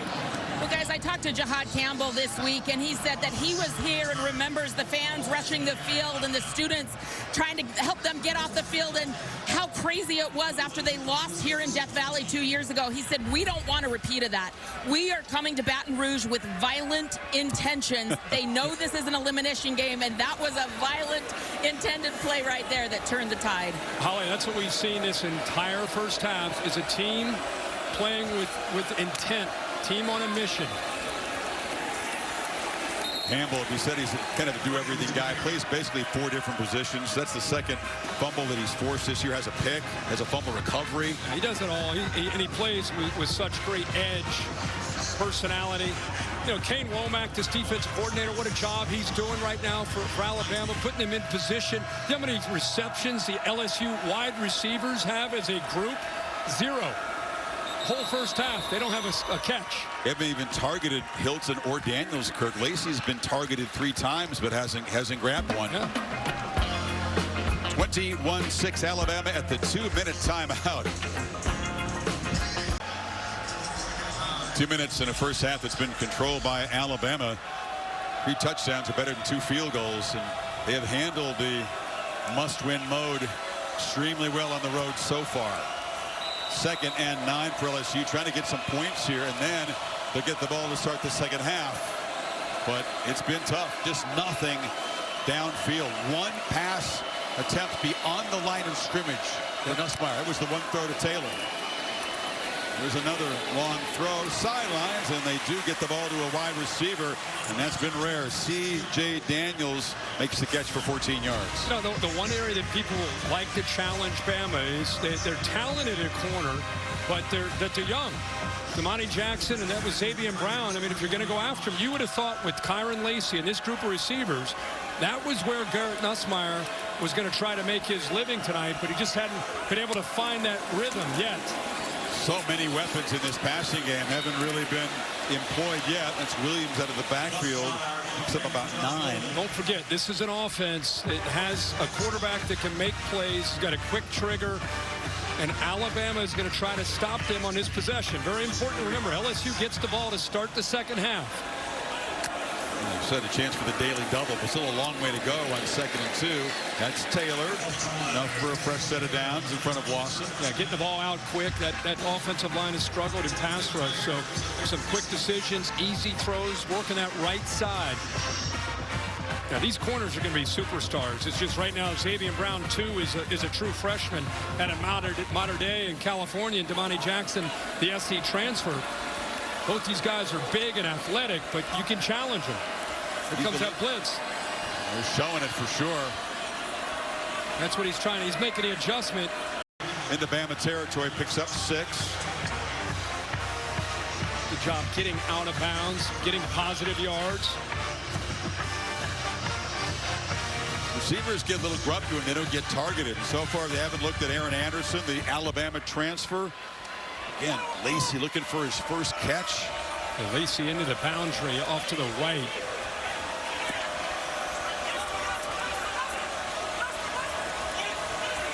Taylor and Williams out of the backfield have been the two weapons that Nussmeier's used, and they do get it to Daniels here, but didn't really get the block he needed. Short pickup. It'll be 3rd and 1. Justin Jefferson made the play. That's a long throw for just a yard or two. Tempo here. And Williams burst forward for a first down to the 42. Inside of a minute now in this half. Well, obviously LSU doing everything they can to hold on to that last timeout. They had to spend that when the play clock was winding down. It could be very important as they try to cut into this lead here. And now a flag and a false start before they got set up, really. It's the 3rd penalty on LSU tonight. Yeah, the center moved the football there.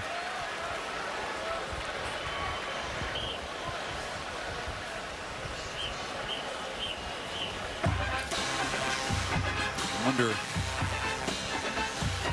what they'll talk about at halftime. You know, Joe Sloan, the brain trust, Kelly heavily involved in the offense.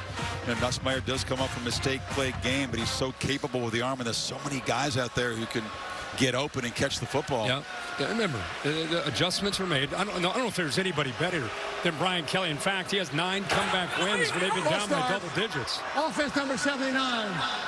5-yard penalty. Remains 2nd down. He has 9 because the foul comeback caused the wins. clock to stop. With less than 2 minutes to play in the second half, there'll be a 10-second subtraction for game clock. Clock operator, please put 43 seconds on the game clock. That hurts. By rule, the clock will start on the ready for play. Thank you, Ken, for the thorough explanation. So it cost them 5 yards in the 10 seconds here. Number 43. Kelly has the 9 comebacks from double digits, but Nuss, he also has 3 comeback wins in his career. So his team knows what it takes to get back into a game. And fires off the back foot, still trying to connect with Lacey for the first time tonight. Lacey is having a hard time getting separation. Talking about those corners. Damani Jackson that time just locked up on him. No ability at all to get away. It's one thing to talk about. Again, these guys are talented. They're just young. But right now, they're holding their own out there on islands.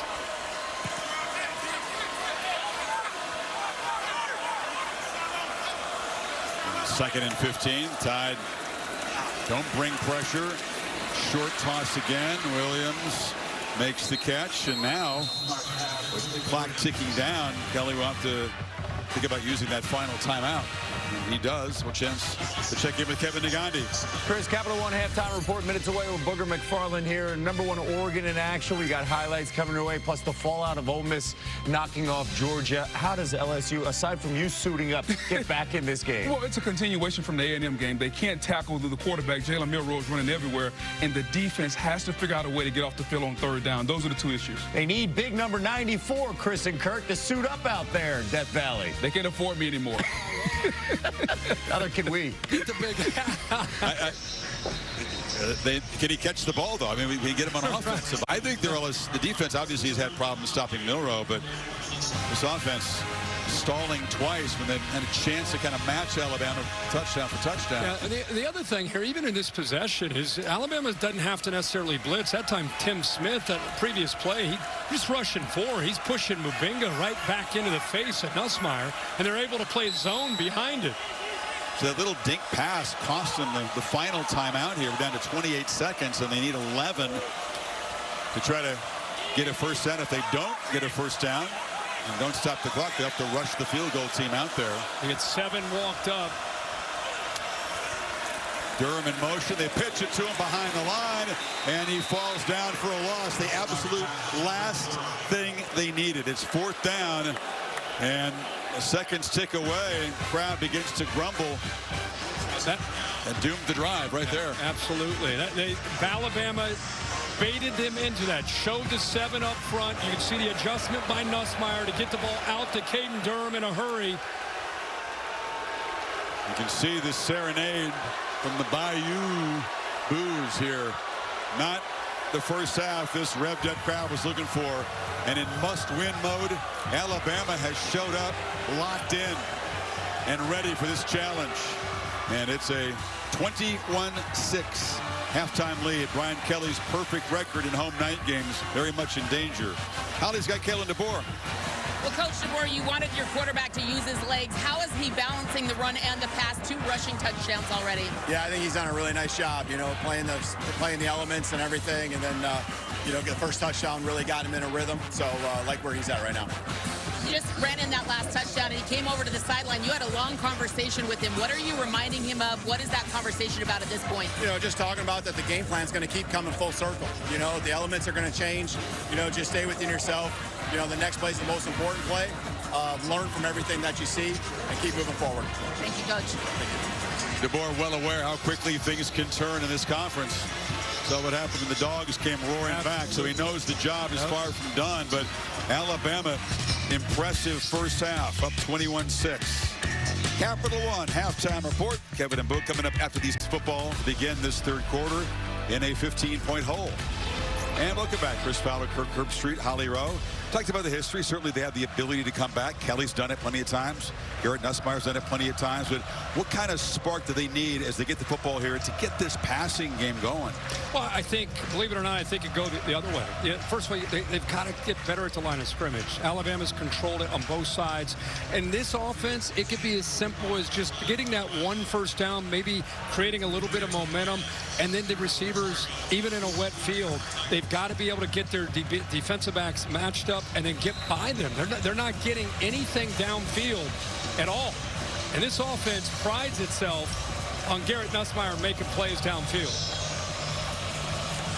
Lowest point total in a first half for LSU in about 3 years. Here's the Sonic Drive-In recap. Well, this has been all Alabama. What a way to start this game for Jalen Miller. This opening drive, they got it started, took the crowd out of the game. What a great look right there at Milroe, who had 4 touchdowns last year on the ground against this LSU team. LSU's defense gets a 4th down stop. The next play, Nussmeier puts the ball on the ground, and a few plays later, Alabama able to capitalize with another Jalen Milroe touchdown. That's 6 now in the last 6 quarters against this LSU defense.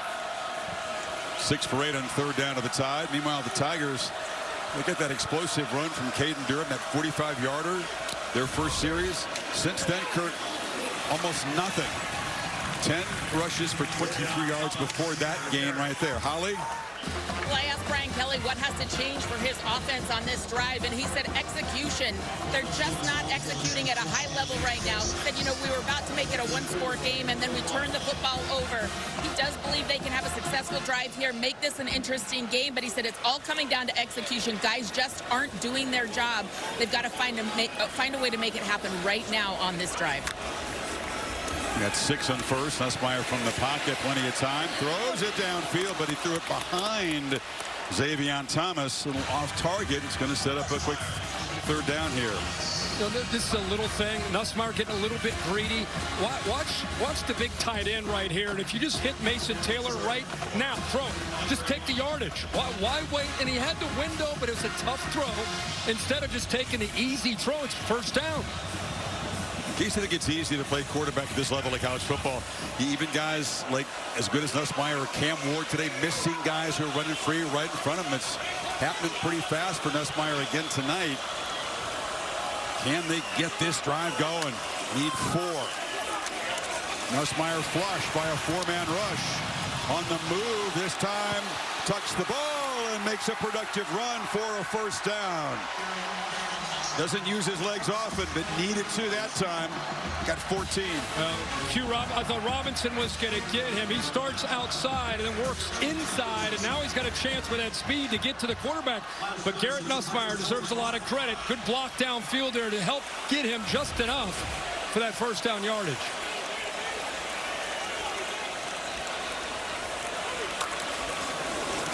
They bring pressure as Nussmeier backpedals on 1st down. It's deflected, and a dangerous throw as Xavier Brown was stalking there. We talk about a violent attitude that Holly Rowe talked about.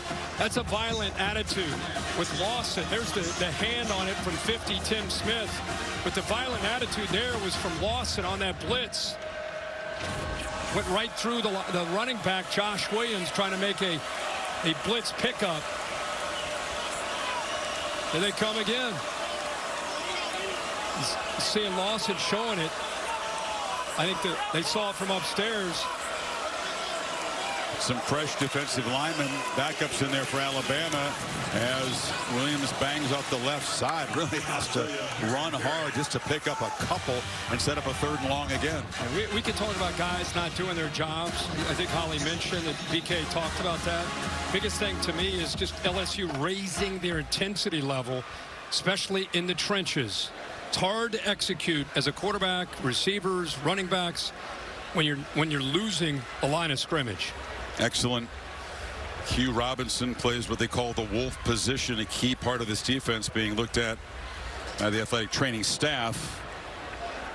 LSU needs 8 on 3rd when we come back to Baton Rouge.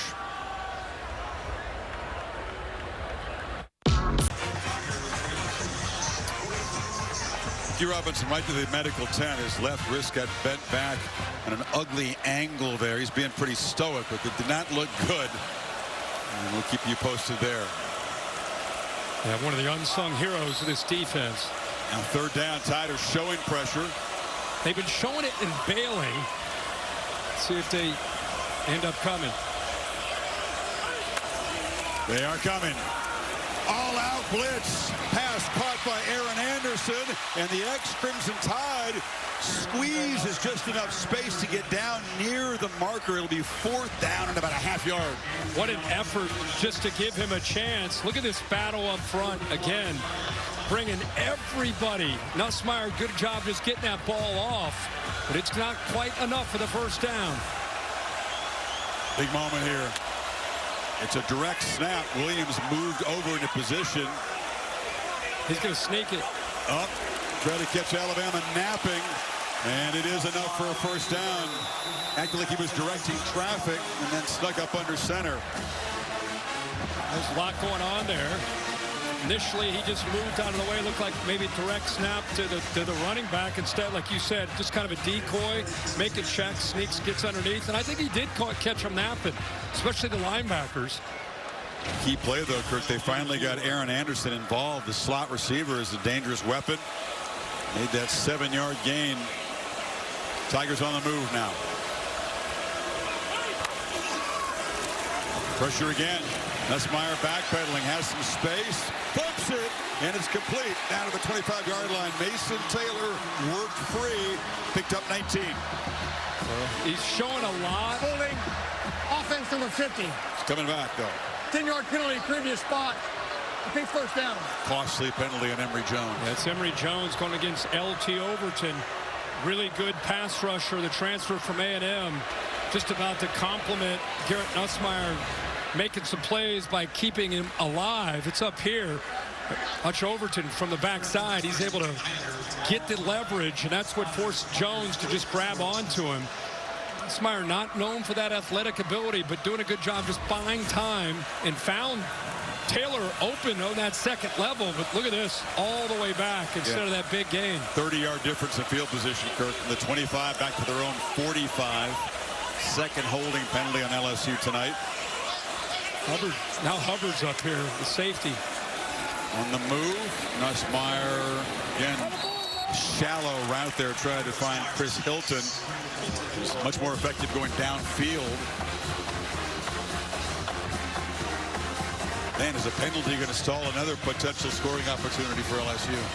Now, they're not just penalties. It's not just yards, getting behind the sticks. That's obvious. I think it's just the critical timing of some of these penalties. Just take the wind out of your sails. You're just trying to get anything to get your momentum going, get you to believe it's going to happen, and then you self-destruct. Tight ends featured here as Lacey's off the field. A little confusion in the backfield. Xavier Thomas, heavy traffic, almost bumped into a teammate, but it's a big gain.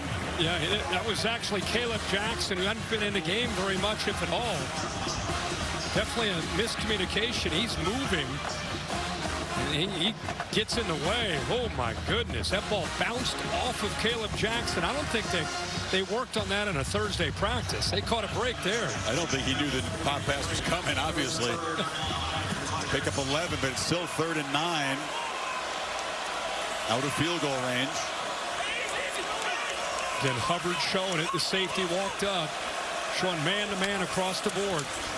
Quick pitch to the edge. This is Anderson again. Anderson this time will not get that near the marker. It's going to be 4th down and about 4.5. Malachi Moore made the tackle. Devontae Smith is slow to get up for Alabama. Watch this defense just fly to the football. I mean, they are running to the ball. Look at all those crimson jerseys. I mean, these LSU receivers, after the catch, are dangerous. You get Taylor out in front. You got Thomas out in front, but with 11 chasing him from behind. You got Malachi Moore. You know, I'm guaranteeing Kalen DeBoer talked to his team and he said, guys, we've been in a position with the lead. We cannot let up. There's Smith walking off the nickel corner. Holly can add some injury information on that Alabama sideline as Smith heads for the medical tent. Well, guys, this is really interesting. Alabama actually has a portable x-ray machine here on the sideline, so they're able to diagnose quickly. Q Robinson has gone to the locker room. What apparently looks like a pretty severe left forearm injury, was completely immobilized. But the good news is Jaden Roberts, their right tackle or their right guard, is able to come back and play if they want him to. Here we go, 4th down. LSU needing 4. Trying to get this comeback launched. Tied again, crowd the line. They don't bring big-time pressure. Nussmeier on the move. High throw. Catch made. 1st down at the 25. Clutch as Taylor comes up with it. Boy, does Taylor just have a great feel of just sitting in the pocket or sitting in the soft spot of the zone. Just kind of look at him looking around, feel it, give the quarterback a nice target. Nussmeier again on the move. Surveys. Flips it down to the 5-yard line. Lacey finally makes a big play. Steps out of bounds. After a 21-yard gain, LSU set up 1st and goal. Now, Nussmeier's moving around more tonight than maybe he has all year put together. Good job again, using the legs, buying the time, and then locating his favorite target, Lacey, for huge yards inside the 5-yard line. Yeah, normally his favorite target. First time they've connected tonight. 13th play of this LSU drive. Trying to find the end zone for the first time. Trey Green, 6'7", all the way at the top, number 14. Williams dragged down after about a half-yard by L.T. Overton. It is tough to call plays for Joe Sloan. When you're getting whipped at the line of scrimmage, when you're getting the teams more physical, you got to come up with some answers. And Nussmeier's legs have helped on this drive. Taylor, slot right. Williams is the back. And Nussmeier across the middle. Third interception. Deontay Lawson makes the pick right at the goal line. It will be a touchback. Nussmeier's 10th interception of the season is a disastrous one. Wow, the veteran Lawson makes the play. What a great job of passing off one receiver and then going to the next. Watch him in the inside. That's Green right there, 14. He gets off of him and then right away gets himself in position. Let's go back real quick. Look at it. Green's coming across, comes off of him, and it gets right there. See, I think Garrett expected him to stay on Green and to have that throwing window. The red zone interception dooms an LSU drive. 21-6 still. Here's coming up big tonight. The first career interception for Deontay Lawson at a Mobile. Stayed in the end zone, did not bring it out, so a touchback and the tide from the 20. Give it to Kendrick Law on the end around, and Law spins for about 8. That was their best drive, 14 plays. Right there again on the doorstep, coming up empty. 14-play drive, took a lot of time, overcame. Remember that 1st and 20, looked like they didn't have any chance. Converted a 4th and 4, got inside the 5, and then the big play by Lawson to get the interception. Dan Miller, 1st down. What did Lawson do so well? How did he show his veteran savvy as Miller is down after the end of the run? Yeah, what he keep an eye on on Jam Miller right away. He goes down. What he did is, again, showing that veteran experience. He came off of Green, who worked into the middle, and then got in position in that lane. You see Daniels had his hands up. It was right into throwing. That's going to be a touchdown on a slant. Because Garrett Nussmeier thought that Lawson would work and stay with Green, which would have opened it up. But instead, Lawson surprised him. Yeah, it's tough. We talked about Nussmeier waiting behind Jaden Daniels for 2 years. Daniels in his brilliant 2-year career here, 57 touchdowns, only 7 interceptions. Besides the 2,000 yards that he ran for. So Nussmeier, 10th this season, still an inexperienced player. You think about Daniels had 29 starts at Arizona State before he got here, and then played 26 games, or 29 games, I should say, not all starts, but a lot of football at Tempe, and then 29 before 26 here. So Nussmeier obviously far, far less experienced trying to step into those shoes. And a different style of play. I mean, Jaden Daniels, such a threat, getting out of the edge, the quarterback run game, but his decision-making was so good, and now we're seeing it on Sundays with the Commanders, obviously. I mean, he's a once-in-a-generation quarterback talent. In his brief career, that's the 5th red zone interception by Nussmeier. That was super damaging, because as you said, they did use a lot of time on the clock. Could not cut into the lead. Justice Haynes in as they check out Jim Miller on the sidelines. Short cane. And they'll still line up, trying to play with some tempo here.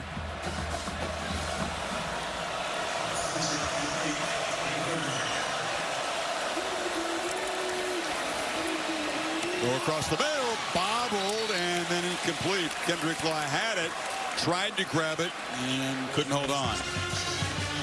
Love how Jalen Milroe works his eyes from the left. I know he didn't complete this, but he knew exactly where he wanted to go with the ball. Just a drop there by Law, usually more sure-handed. Put this right on the money. Woo, that is a great throw. They had 2 chances to grab it. Instead, they're going to need 8 to get this drive going. It's be big for LSU's defense to get right back off the field. And if you don't pressure, you're putting both your best pass rushers right over here in 35 Jones and 4 Swenson on the same side. And both these backers can come on the blitz. They're leaning forward like they're coming, and both do come.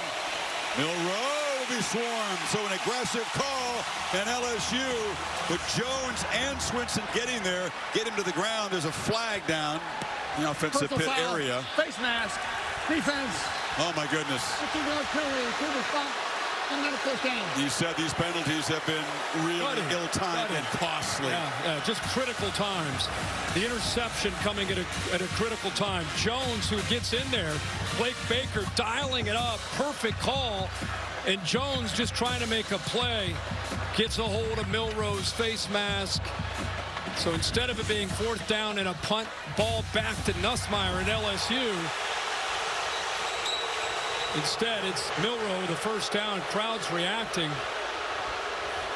They didn't think it was enough, but there's some debris getting showered on the field. Going near the Alabama bench. Why does that have to become a thing this year? Some idiots do this at Texas, and now all of a sudden we see it popping up in college football. Enough's enough, clowns. Just, what are you doing? Agree. It's not the first bottle ever been thrown on the field here. I can promise you, as a sideline guy, worked in the 80s. This is just stupid. Yeah. These are water bottles. Back in the day, they were other kind of bottles. But, yeah, now it's a copycat situation. Yeah, it's great. That's your home cheerleader. And guess what? They're not going to review that and take the face mask off the board. Just embarrassing to LSU. It's embarrassing to college football. And just around the country. Just enough's enough, man. Well, they fined Texas. Big 6-figure fine after this. Same thing maybe in sort of LSU. Kelly's still arguing his case. He didn't get the face mask. He got him to the side.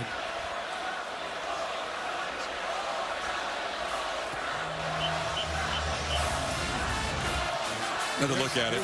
What do you think, Bill LeMonnier? Even if you grab the side of the helmet, the opening there, that's still considered a face mask. So it's a correct call. Okay. They did get the face mask anyway. You can see his fingers up in the cage there, right there. That's, I mean, it's hooked onto the cage, the face mask.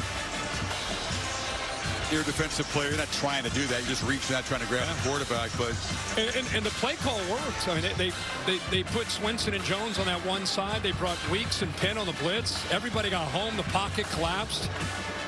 But as we've seen all night long, it's not just the penalties. It's those third down, would have gotten off the field. It's the interception inside the 5. It's the gut-wrenching mistakes that have prevented LSU from having a chance to get this within a possession. Bama now from the 47 of LSU. Haynes still in the game as they check Miller out. End around. Ryan Williams has a convoy. Ryan Williams steps up. They finally run him down. But the electric end around moves the ball down to the 25-yard line. He got 32 yards there. 22, I should say. Got to communicate back here when you see this movement. LSU on our right, just completely full. Nobody down the backside. You can see one chasing Stamps from behind. He's trying to catch up to Williams. Eventually he does. But the eyes of the LSU secondary and the communication tested there. They failed on that play.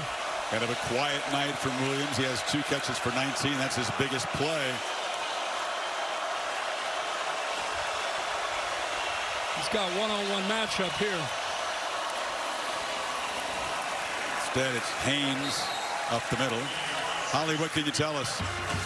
They've examined Jam Miller on the sideline. He got the wind knocked out of him and is likely to return to this game. But Devontae Smith, their Husky guy, is not able to return. He kind of plays that nickel position. Likely in his place should see a freshman, Red Morgan or Deshaun Jones. So Smith is out.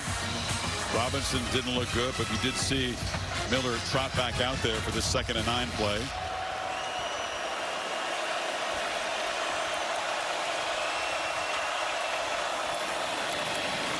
He's got the football, and Jam has dropped down. LSU's done a pretty good job containing the Alabama tailbacks. It's been Milroe that's hurt him more. Oh, yeah. Explosive runs. Yeah, you know, I think that's the... When this Alabama offense starts cranking, you get caught up in trying to stop a lot of different things. And I think Blake Baker knew that coming in. Longest run for a Bama tailback tonight is 8 yards. Milroe again, keeper. Jalen Milroe to the house. The hat trick, rushing touchdowns for the Tide quarterback. 19 yards there, and this is getting to be much more comfortable for the Crimson Tide. Boy, boy, keeps running on this left side. Nice, deliberate fake here. And LSU out of position again on that left side. See, the last 2 years, it's now 7 rushing touchdowns against the Tigers for Milroe. 3 of those tonight. And again, the big pendulum swing of momentum. Instead of LSU cutting into a 1-possession game, they're down 22. He is so powerful. And watch Weeks start to work outside. Good block here by Dupree. He buries the defensive end. Now you get outside. Look how you just get out of position. I mean, this guy is fast. He's powerful at 6'2", 225. And then he pulls away from you with that ability to cut back and go to the house. Well, they knew the obstacle was going to be difficult, stopping Jalen Milroe from throwing and running. And LSU has not been up to it so far tonight. 22-point hole in what has been called a must-win game midway 3rd quarter. Xavier Thomas knocked down. Well, he's still going. Did not hear a whistle, and the Tide kind of hesitated and gets it out near the 34. Yeah, this LSU defense has had some issues with quarterbacks that can move, you know, run and throw. Lenore Sellers with a big day at South Carolina, 88 yards on the ground. We all know that Marcel Reed, when he came into the game a couple of weeks ago, his ability on that zone read. And once again, Jalen Milroe, big year last year against his defense, and another big night tonight. 3 touchdowns on the ground. He had 4 last year. That's 7 now in 2 games running the football. And averaging, Kirk, on his 10 carries, 11.7 yards is Milroe. urgency. LSU needs a quick strike. Going to hand the ball in the hole to Durham, and he is smacked immediately and driven back. I mean, to me, it's been from the opening snap to right now. There's a good look at Jalen Milroe. There's all three of the quarterbacks, the numbers they've put up. Sellers got knocked out of the game. LSU came back and won it, but he had to leave the game, and that was the turning point. Yeah, it sure was. But the theme I've seen, I think anybody watching this game, is just Bama's more physical and just controlling things. Showed up in a bad mood, and they have not lost that edge throughout the game. Nussmeier, sideline route, catch made. Lacey hesitated, gets going, and gets down inside the 40. A chunk play they desperately needed. Picked up 28. Well, the corner shows press, then gets out. Good timing throw, ball's out in a hurry. Good job at actually staying in bounds there by Lacey to get another 15 or 20 yards after the catch. Only 2 receptions on the night. Down 3 scores, you feel like they've got to make something happen in this possession. You got to find the end zone to have a chance. Nussmeier, lofted throw for Lacey, who goes up high. Was he in bounds? Yeah, I think he did. Jump ball with Xavier Brown, and Lacey showing how good he is in the air, and he's contested catches. How about the hands and the, whoa, they're going to take it at that toe on the line. One toe over the line, maybe. We'll stop and get a closer look. But what an effort to go airborne. It's one of those 50-50 balls that Nussmeier likes so much because he trusts Lacey to make a play, locates it, catches it. I think that right toe is on the white line. Negates the 21-yard play if the officials see it that way. Lamagna gives us the incomplete signal from the right end of the booth. That's not the best angle. That previous angle made it pretty clear that the toe did get on the paint. You got to see some green grass between the two, and there isn't any. If only he wore size less shoe. Yeah, I don't know if that's a 12 or if we just take an inch off of that cleat or white cleat there. Even if it doesn't stand, they've gotten things going with Lacey's previous catch on the right sideline. So a sign of life from this LSU offense. But a long way to go. We were talking at the break there about this new era of a 12-team playoff and 2 losses in these conferences and what it does, especially in the SEC. We saw Ole Miss and Georgia. Ole Miss, kind of an elimination game. They showed up with bad intentions, able to win against Georgia. And now here we are, talked all week. LSU, Alabama, kind of an elimination game. Boy, did Bama take that personally in the way they've shown up. It's kind of a sign of this new era where you're not out of it with a couple losses. Previous years, 2 losses, it's over. Right now, you're alive and have another chance to try to get backed into a corner and come out swinging. No doubt. Talked to Kellen DeBoer last night because the Missouri game could be a difficult opponent. They were banged up, but Alabama faced that same kind of urgency. Look, the losses to Vandy and Tennessee, no margin for error at all. That's right. And you know, it's going to be a tough race in the SEC, but I think that, you know, if you don't get in the SEC championship game, get one of those 2 slots in the game, probably 2 other teams are going to get in. If you look at the 2 power conferences, SEC, Big Ten, you can make a very strong case. There's 4 playoff-worthy teams, at least 4. But yeah. After further review, after controlling the ball, the receiver's foot came down and hit the line with his toe. Therefore, the pass is incomplete. It'll be 2nd 10 at the 39-yard line. The clock will start on the snap. All these games are interconnected. SEC games, Big Ten games. This is the Big 12 worthy of 2 teams. Another team besides the champion is the ACC. Right now, it doesn't look like it, but things could happen in the last 3 weeks of the season. You know, we've got another elimination game next week in Athens with Tennessee and in Georgia. So when you get down to the last 3 weeks of the season, it's a lot of fun to get. I mean, it's only 3 weeks to go to get to elimination game. And a lot of teams still alive. I thought you had an interesting feature on College Game Day with a little meter. Are you not a contender? Are you a playoff team? Are you a national title contender? There's a lot of playoff contending teams. You guys didn't let that meter go very far to the right. call a bunch of teams a national championship contender. Now, Pat had Oregon. Yeah. Pat had his, and actually he threw LSU. Home cooking, he threw LSU all the way down to the right, too. Obviously, Ohio State, Oregon. Yeah. Texas would be in that mix. Wait. Late pressure, and he rolled right into it. Right into the path of Jahad Campbell. Not just a sack, that's a big loss back near midfield. And it's going to be 4th and 21. It's a great matchup with Campbell's ability to rush the quarterback. And Will Campbell, one of the better left tackles in college football. And he gets to the edge, and Garrett Nussmeier's had some success escaping out to kind of that back door of the pocket. And that time Campbell anticipating that threat, just waiting for him to turn into him, and comes up with another sack. Oschendorf on the punt. How good is 11 playing tonight? Lights out.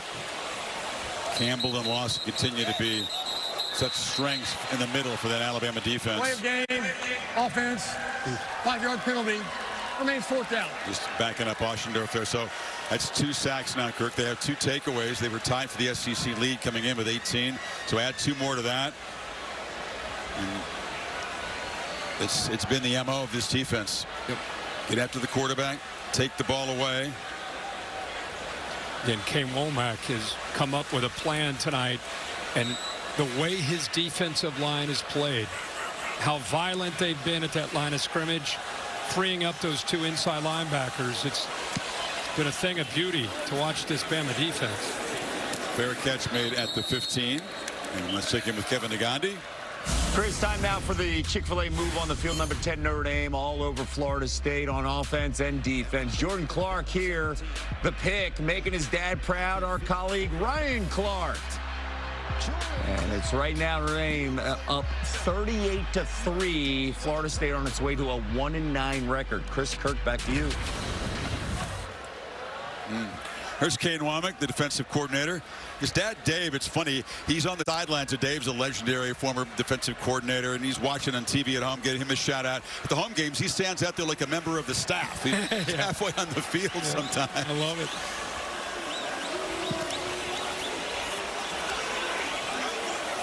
Time from the 15 here.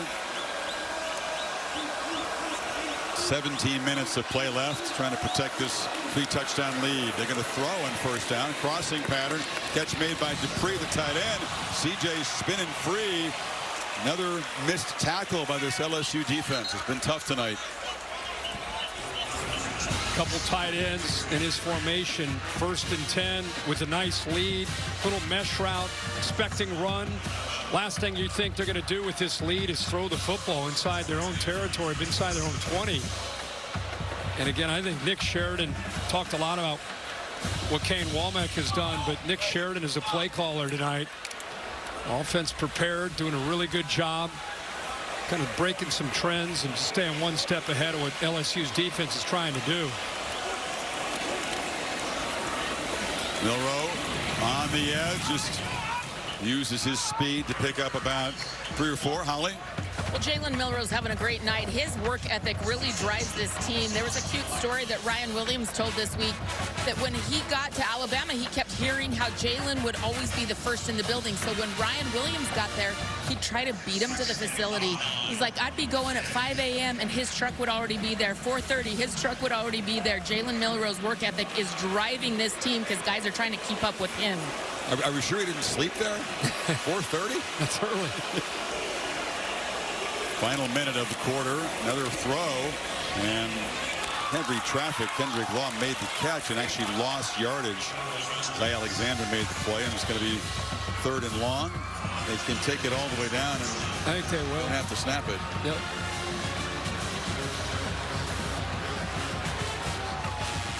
Pretty good 3 quarters coming into Death Valley, up 28-6. Some teams respond well to what you talked about, that must-win mode. Alabama certainly has. Ole Miss did today. Yep. Georgia, LSU, not so much tonight.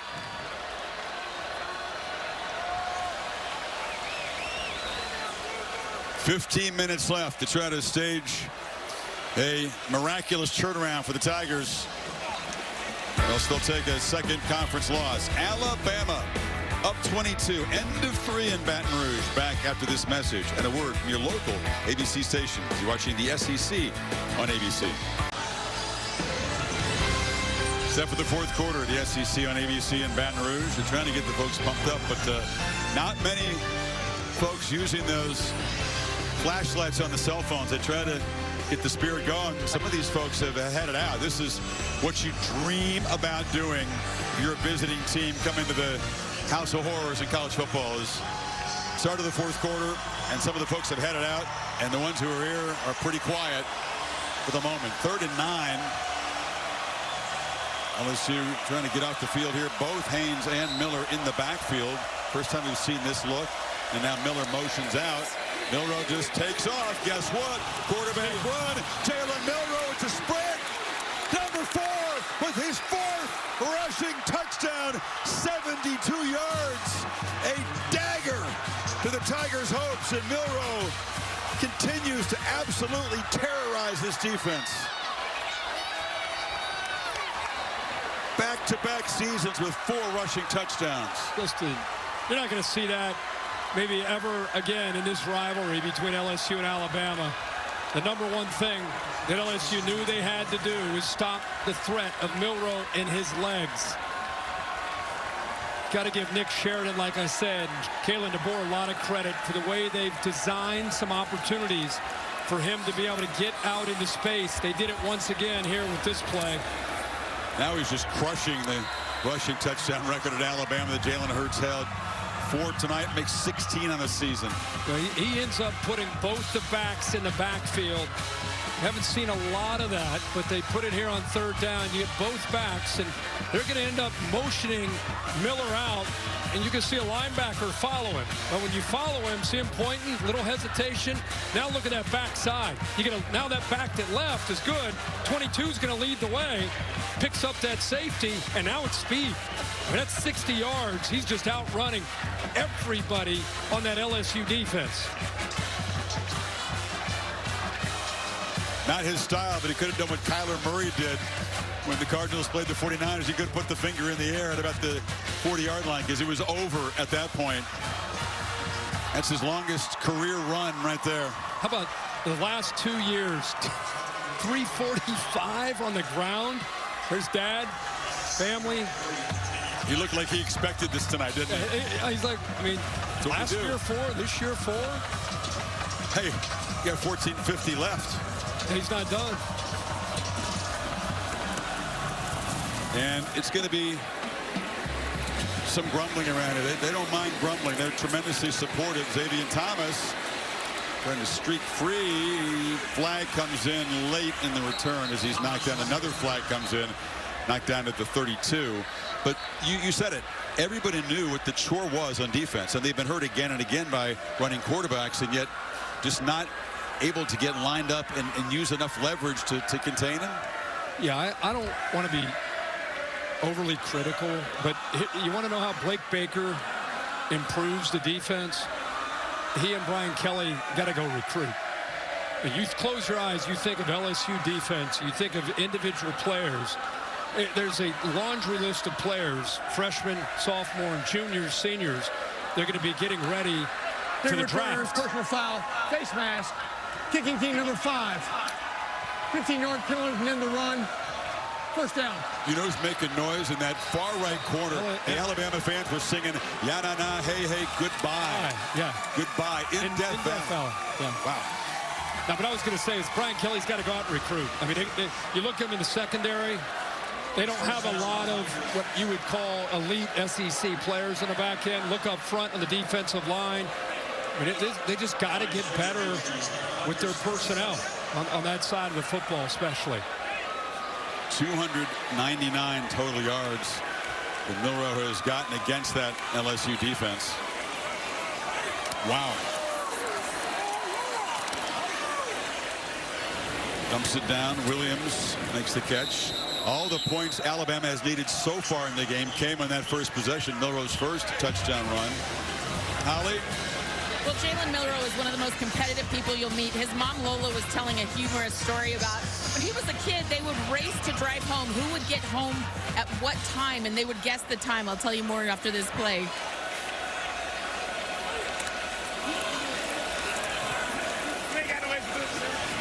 Nussmeier will just scoot out of bounds. Go ahead, Holly. So they're driving in the car, and if they don't get the time that little Jalen at 4 years old has guessed, he's mad. He would get so furious, and he'd say, "You went slow on purpose." He'd get mad at his parents. They said he was just very unique at a young age. He always wanted to win. He always wanted to be right, and he's looking pretty right tonight. I think he guessed the time the car was going to get home. Well, if his folks guess that he's going to have 299 total yards, be right. Well, Alabama historically does pretty well in Death Valley. If they win tonight, that's 6 of the last 7. A couple years ago, you and I were here and saw that LSU win when they won in overtime. But tonight, it's been all Alabama.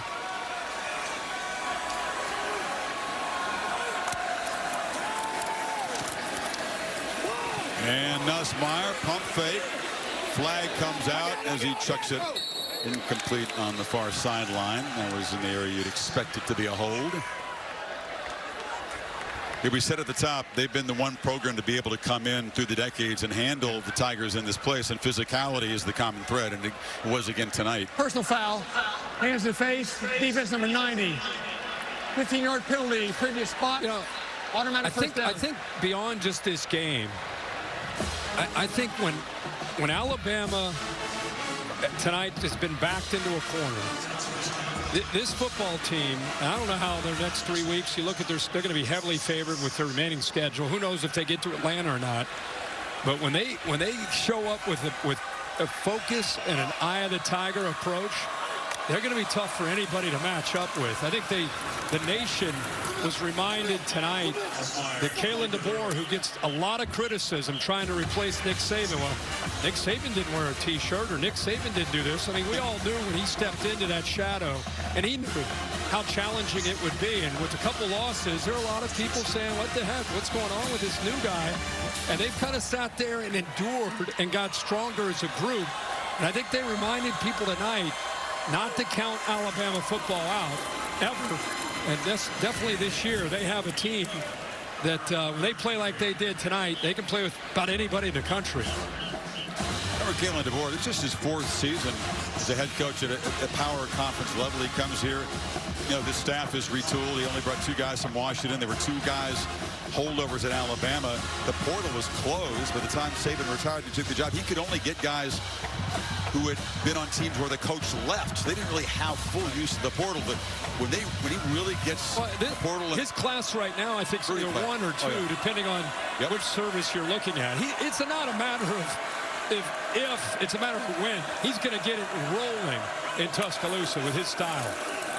3rd and 5, pressure comes again. Nussmeier again on the move and just has to throw it out of bounds. You know, I just want to say one last thing about Kalen DeBoer. I think it's great. He's known last year at Washington, he's built a reputation for his offensive mind and the way he's able to lead. And you come in and he's so different in his approach, the way he handles press conferences, the way he handles everything compared to what Nick Saban did for so long. It doesn't mean it's better or worse, it's just different. But his team looked like Nick Saban type of team, like physicality, toughness, chip on their shoulder, attitude, being very, very clean on both sides of the football. So that's Kalen DeBoer doing that. He and his staff deserve a ton of credit. Tigers need 5 on this 4th down. Nussmeier this time has time, checks it down, and it's a short pass, and Durham not going to get there. They are not letting up, man. They don't care that they're up by 29. They are flying to the football. Team, I'd make it a statement. Team on a mission. It's over here. It's their 8th possession, Kirk. They've been pretty efficient, I'd say, so far. The 7 drives they've had, 5 touchdowns. That's all up pretty on good. the ground. That's pretty good. 4 by the quarterback.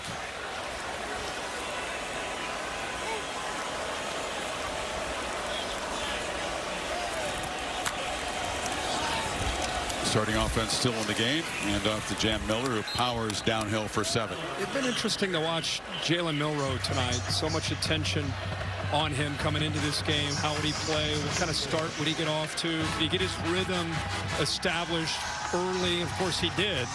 And once he does, how terrifying is this offense in its potential?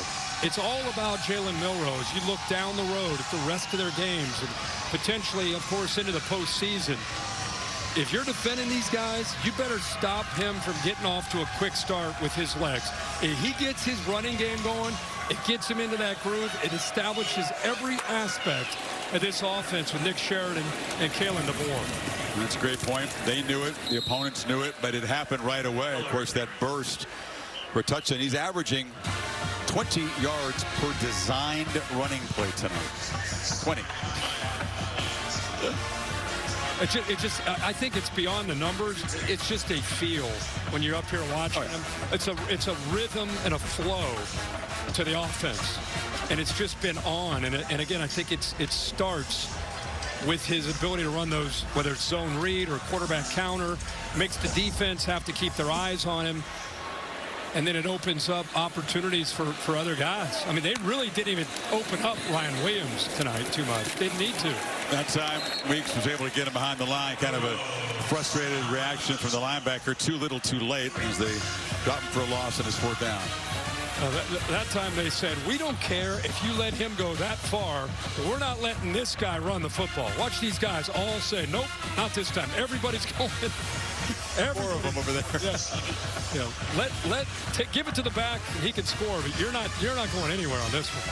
Talked about Milroe's work ethic. Holly talked about how early he gets to the facility. Should congratulate him. He's one of the 16 finalists for the Campbell Trophy, which is a really big deal. He's already graduated. He's an excellent student. And the 16 finalists are going to gather out in Vegas. And it's often referred to as the academic Heisman. Alabama's had a bunch of dudes nominated for it. Not a bunch, but a fair number, and only one winner. There's a long punt. Burnett knocks it way back down there, and they stumble on the return by Thomas. A 62-yard boots. Racing through the raindrops to set the tone early, Jalen Milroe. Well, triple header of the SEC next week, Texas and Arkansas, noon Eastern time. It's 11 o'clock local kickoff. Old rivalry going back to the Southwest Conference. LSU heads to the swamp to take on the Gators, and in prime time, he talked about the showdown between the Volunteers and the Dogs, who come off that loss today in Oxford. Ole Miss and Alabama, big statement wins, must-win games, and now the scene will shift to Athens, where it'll be that same MO next Saturday night. Oh yeah, like you said, some rise to the occasion.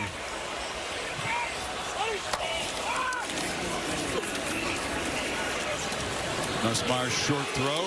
Durham pays the price for picking up a yard, knocked down quickly by Jones. What you love to see from a team, and I think it tells you a lot about the mentality, is when it's 35-6 and they're playing like it's 6-6. The Alabama defense. Look at Coach Womack there, the same kind of intensity, the same focus. They're not caught up in, hey, we're up by 29, game's over. They're playing like they're losing right now. This will be back-to-back games, Kirk, kicking the opponent out of the end zone. They preserved that shutout against Missouri in their last game 2 weeks ago, but the starters back in on the goal line and kept the Tigers out of the end zone. And these guys are flying around tonight like they don't want to let LSU get near the end zone. I know. Like, you know, the last time LSU didn't score a touchdown, 2018. And it happened to be against another Alabama football team that came in here. So it's been a tough night for LSU's offense and a great night for Bama. Talked about all the streaks. This will snap a 14-game home winning streak. They've got 15 straight wins at night coming in here. Kelly's first loss in a home night game, and that's a pick by Bray Hubbard. So a third turnover by Nussmeier, and Bray Hubbard's played a heck of a game, stepping in with Keon Sabb out. Are they going to whale it off now and say complete? It's just a matter of whether or not he's got, they're calling it an interception to see if he got his hands and arms underneath that. But this guy Hubbard, he seems to always be around the football. Had the interception against Missouri. Here the ball is right to him because C.J. Daniels falls. I think he got his hands underneath that. That's secure. That's an interception. Great play again by 1-8. All smiles for Jalen Milroe. His night is complete as Ty Simpson takes over at quarterback. And Richard Young gets around the right edge. Second straight SEC win, an emphatic win where Simpson's able to come in and hand the ball off late. And Milroe didn't have to play the whole game. Milroe, you know, he didn't even really have to do much through the air because of the way this game was going. He did so much damage on the ground. He ends up 12 of 18 for 109 yards, but completely controlling things should take his offensive line out to dinner.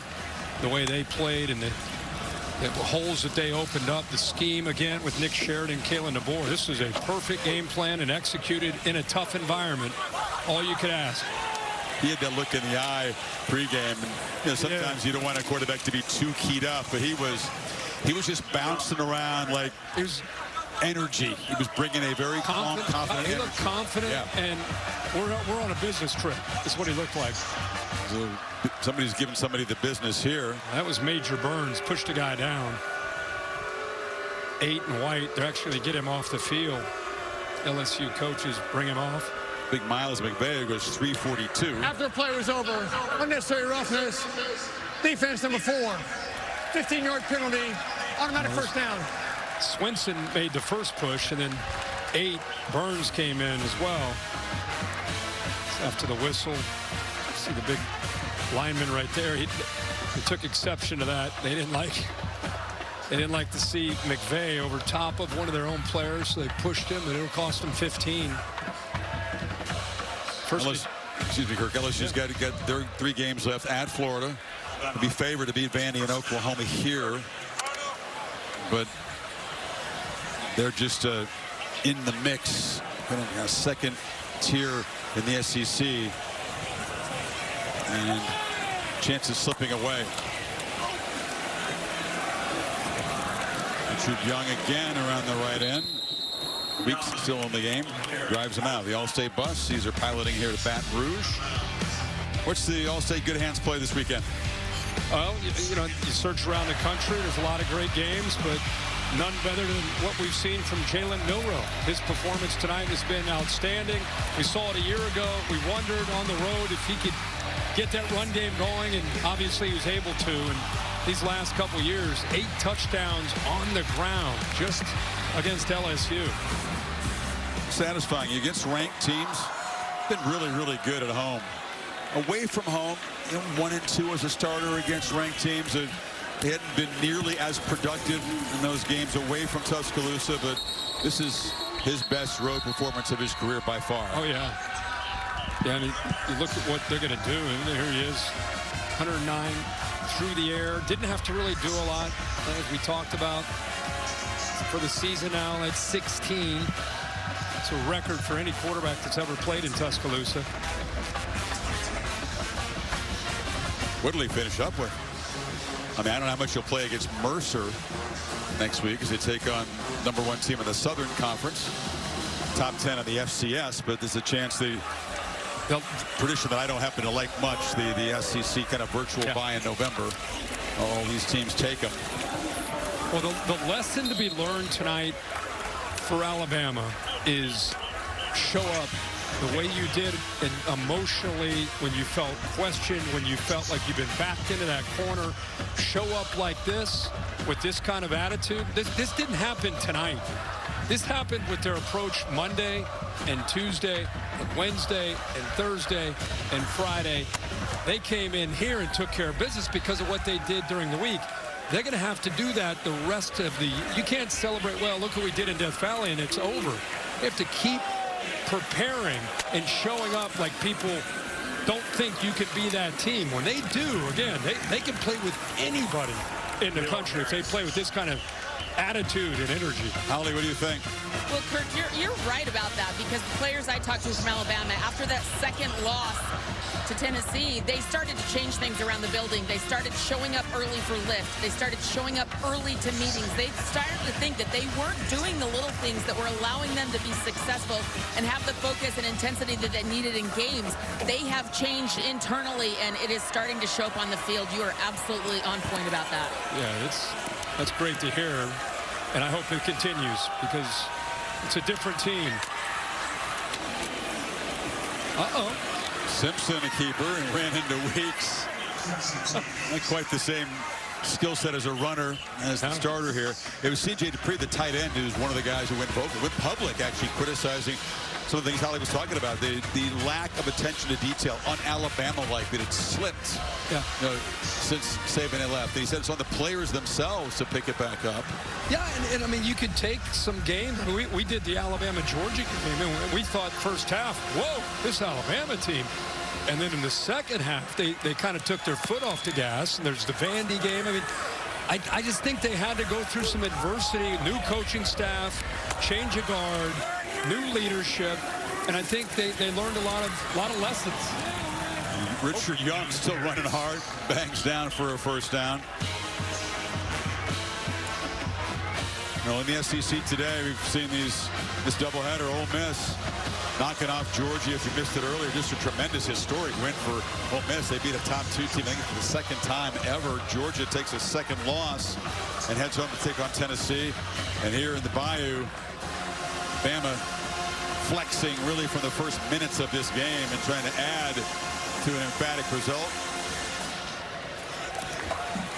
You didn't watch much during the day. Indiana stayed unbeaten, hard-fought win over Michigan. Miami fell from the ranks of the unbeaten, losing to Georgia Tech. And Richard Young will just waltz into the end zone for a 6th rushing touchdown for Alabama tonight.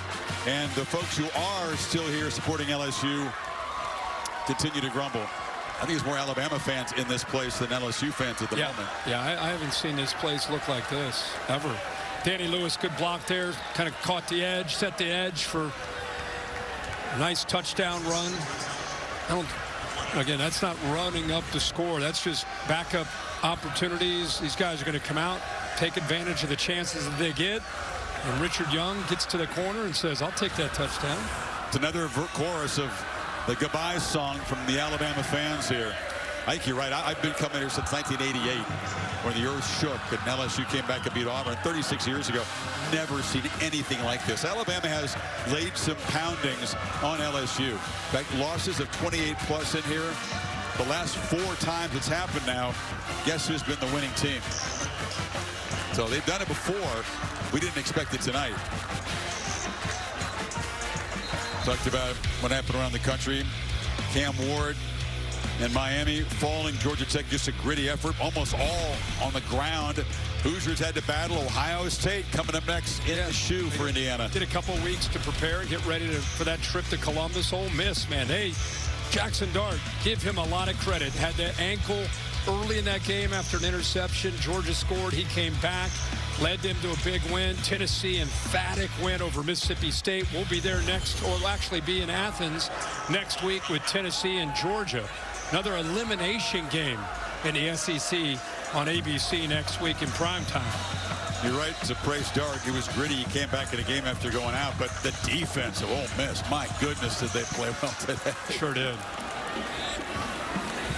No surprise, that's a strong unit, but they really controlled Georgia's offense. All-State presenting you the college football playoff rankings. So numbers 3 and 4 go down. Well, question is, how far do they go down? Where will Georgia go now with a couple losses? Where will Miami go to the committee after their first loss? And who moves up into those spots? Well, Texas would slide up at no lower than 3, obviously. Indiana, a lot of people felt they were already a little bit low. Nice win against, I know Michigan's not a dominant team. It's still Michigan, who played hard today on defense. Wonder where they'll go. Wonder what Indiana, you got to think Indiana will probably pop up in the rankings. Where should they be ranked? Where would you rank them? What were they, 8? Can you put that? That back up? We got to go to break. Billy's doing a 2-minute timeout, so we'll come back and put that graphic on. We'll come back. I mean, I want to see where you think the Hoosiers should be. Yeah, let's do it. And then we'll get McAfee on the phone. Camera. See what Pat thinks. See that camera? Well, look at this. The play caller from up in the box. He's downstairs. Nick flat-handed. He's down here taking a victory lap down there. Well done tonight. These LSU fans mercifully just 2 minutes to go here. Nussmeier in the pocket, still hanging in, and delivers a pass underneath. And that's Caleb Jackson. What's better, you think, if you're on the road in a big game? The guy that's upstairs who had a heck of a night calling plays, downstairs was still a little under 2 minutes to go. That's better, or an empty stadium, or an empty. Yeah, let's check it with the Alabama coaches box. Yeah, we've got an empty box. There's a guy up there in the. The guy up there I think he's just cleaning up after the coaches. Well, the Tide cleaned up. And it is a very satisfying thing. You don't get many chances in this conference to go on the road, empty the building like they did. It began in the third quarter, and then have a pep rally down there in the corner. That's a great shot of Milroe with Nick Sheridan. Yeah, again, when you play or coach at Alabama, you're going to feel that heat, right? Just like LSU's going to feel it this week. Ooh, yes. And you could see that embrace of that's what I'm talking about type of embrace with Sheridan and Milroe putting it together tonight.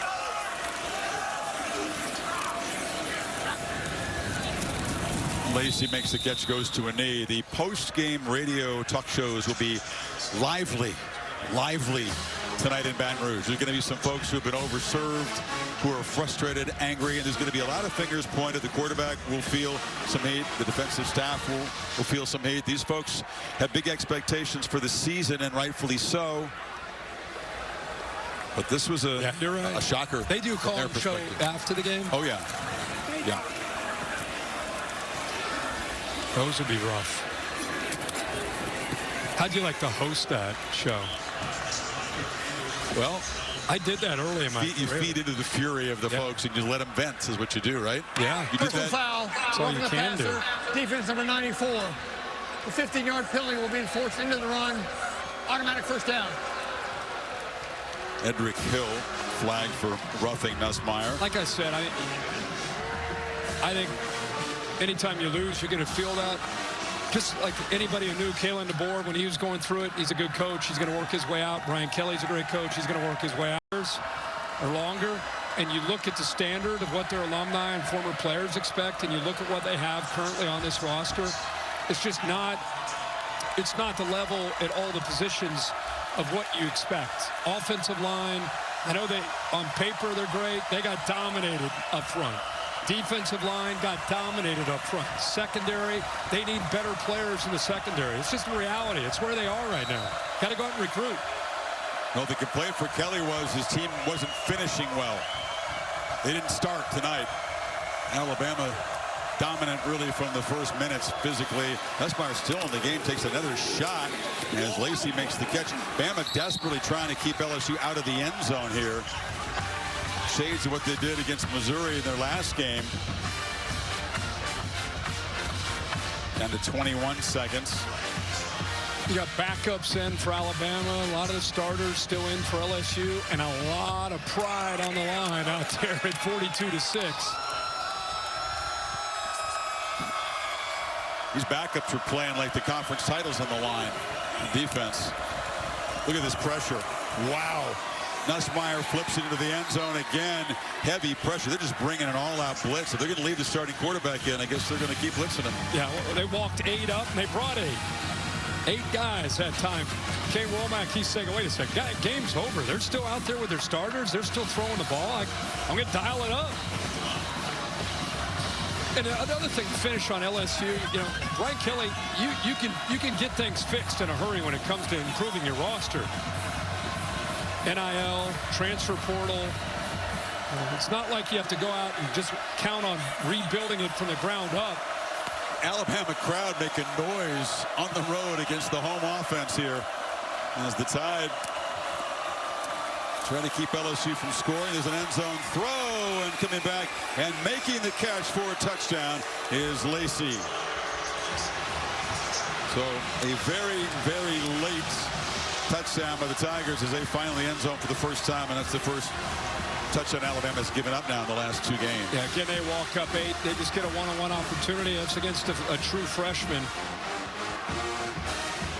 The back shoulder. Did he have control as he went down to the ground? Bill Mania says, yeah, nod of the head. That's perfectly placed there.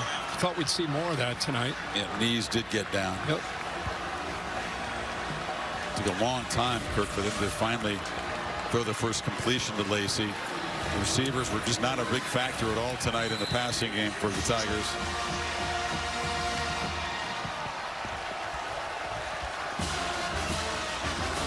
Womack's defense showed up, showed out.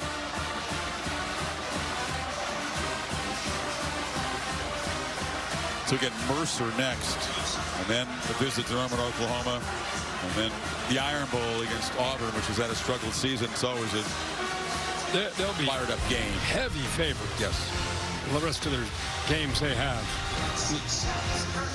Monday Night Football. The Dolphins starving for a win at this point take on the Rams in Los Angeles. Monday night countdown at 6 o'clock, and then the ball game at 8 on ESPN Deportes, and also what a win last week by the Rams and Matthew Stafford in Seattle. They've kind of been able to find themselves here now that they've gotten healthier out on the perimeter. They are a fun team to watch when they have all their pieces clicking.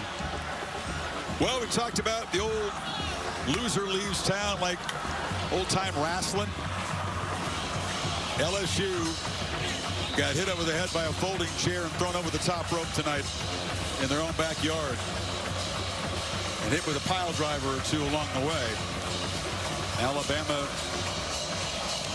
still has the 2 conference losses, but is still in the race. LSU dropping really to second-tier status and an uphill fight for the Bayou Bengals.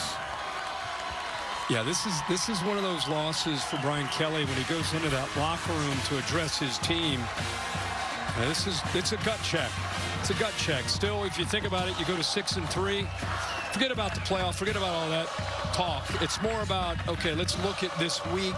Let's look at getting better this week. Let's look the next week, and look at the rest of their season. If they're able to get things in order, they could still have a good year. It's not of course, their goals are always going to be the playoff, but you just don't want to lose the season after a devastating loss like this. And for the Tide, they come to Tiger Town and make an emphatic statement from the first minutes of the game. Jalen Milroe had that look and had the fresh legs. He had the juice back, and the bye week helped in that department, and he was dominant tonight. 4 more for number 4, 8 in 2 years on the ground for Alabama's quarterback. And let's get Kalen DeBoer's reaction to this big win with Holly. Well, Coach, it's your first taste of this LSU-Alabama rivalry. How were you able to silence Death Valley tonight? Started fast, and I just felt like all week long there was a sense of confidence that we were developing. Every day we got better, and proud of the way we came out. The little plays at the beginning, the little things led to what you see on the scoreboard. You challenged your quarterback at the beginning of this game. You said he's got to use his legs. That was the difference in this game. How proud are you of the way he was able to read when and how to do that? Yeah, absolutely. And just the different elements, the noise, lot that you got to manage, when you're the quarterback. And then for him to go make all those plays just says a lot about the fight he has. I'm very proud of him. Coach, this has been an interesting season. You're taking over for a legend. This game, a lot of legends are born in this game. What do you walk off the field feeling tonight? Well, we're going to enjoy it for about 2 seconds here. We know we got a lot left in the month of November here to reach our goals, and it was another step. I think a couple weeks ago we took one step, and we took another. We're understanding how important the process is to going out and playing really good football on Saturdays. And, we just got to keep getting better. And, there's more left out there. Thank you, Coach. Yeah, thank you. I'm going to bring in the man of the hour, Jalen. Hi. Early in this ball game, you rip off a 39-yard touchdown run. What did you see on that play? Because that set the tone for this whole game. No, absolutely. I think the biggest thing was that trusting our blocks. It come from preparation. We're just reading the gaps. Just trusting in the offensive line and also a running back when it comes to quarterback runs. What's up, my boy? Pull the volume, my boy. Love, bro. Always. I think it's so important just to trust the guys up front. And I know that, they're going to do all in their power to do what's best for offense. This is a line of scrimmage game typically, and your offensive line was dominant up there. How were you able to read off of them and their physicality to get almost 200 yards rushing tonight, Jalen? I think the number one thing when you go on the road is communication. Communication is so important for us, and that was the emphasis going in the week. We had to be the most prepared team when it comes to communication. It was a key resource for us in this football game. Tonight was Military Appreciation Night. I was able to talk to your mom and dad up in the stands. How have they poured into you, served this country, and it make it even more special tonight? I got to credit them. They're very unique individuals. I love them a lot. I appreciate them. For all the active duty members and people that serve our country, I want to show great appreciation to you. And appreciate y'all so much for what you do for our country. But for my family, I appreciate y'all so much for what y'all did, the sacrifices and the commitment that y'all made for this country. And then also just get the win for them today. All right. Thank you, Jalen. Thank you. Roll Tide! It's a great message, a timely one, of course, on this weekend. And for him, a resounding statement made, as he said, right from the opening moments of this game when his touchdown scamper set the tone. The analytics, as I said, never sleep, and this is updated to the minute. Best chance to make the SEC title game. Big jump. Texas has that game in College Station, Thanksgiving weekend. Yeah, Bama shoots way up there. You and your analytics teams, still don't have Georgia on the board there, huh? Hey, we don't have anything to do with this. Dogs fans, we will see you next week. They'll climb on the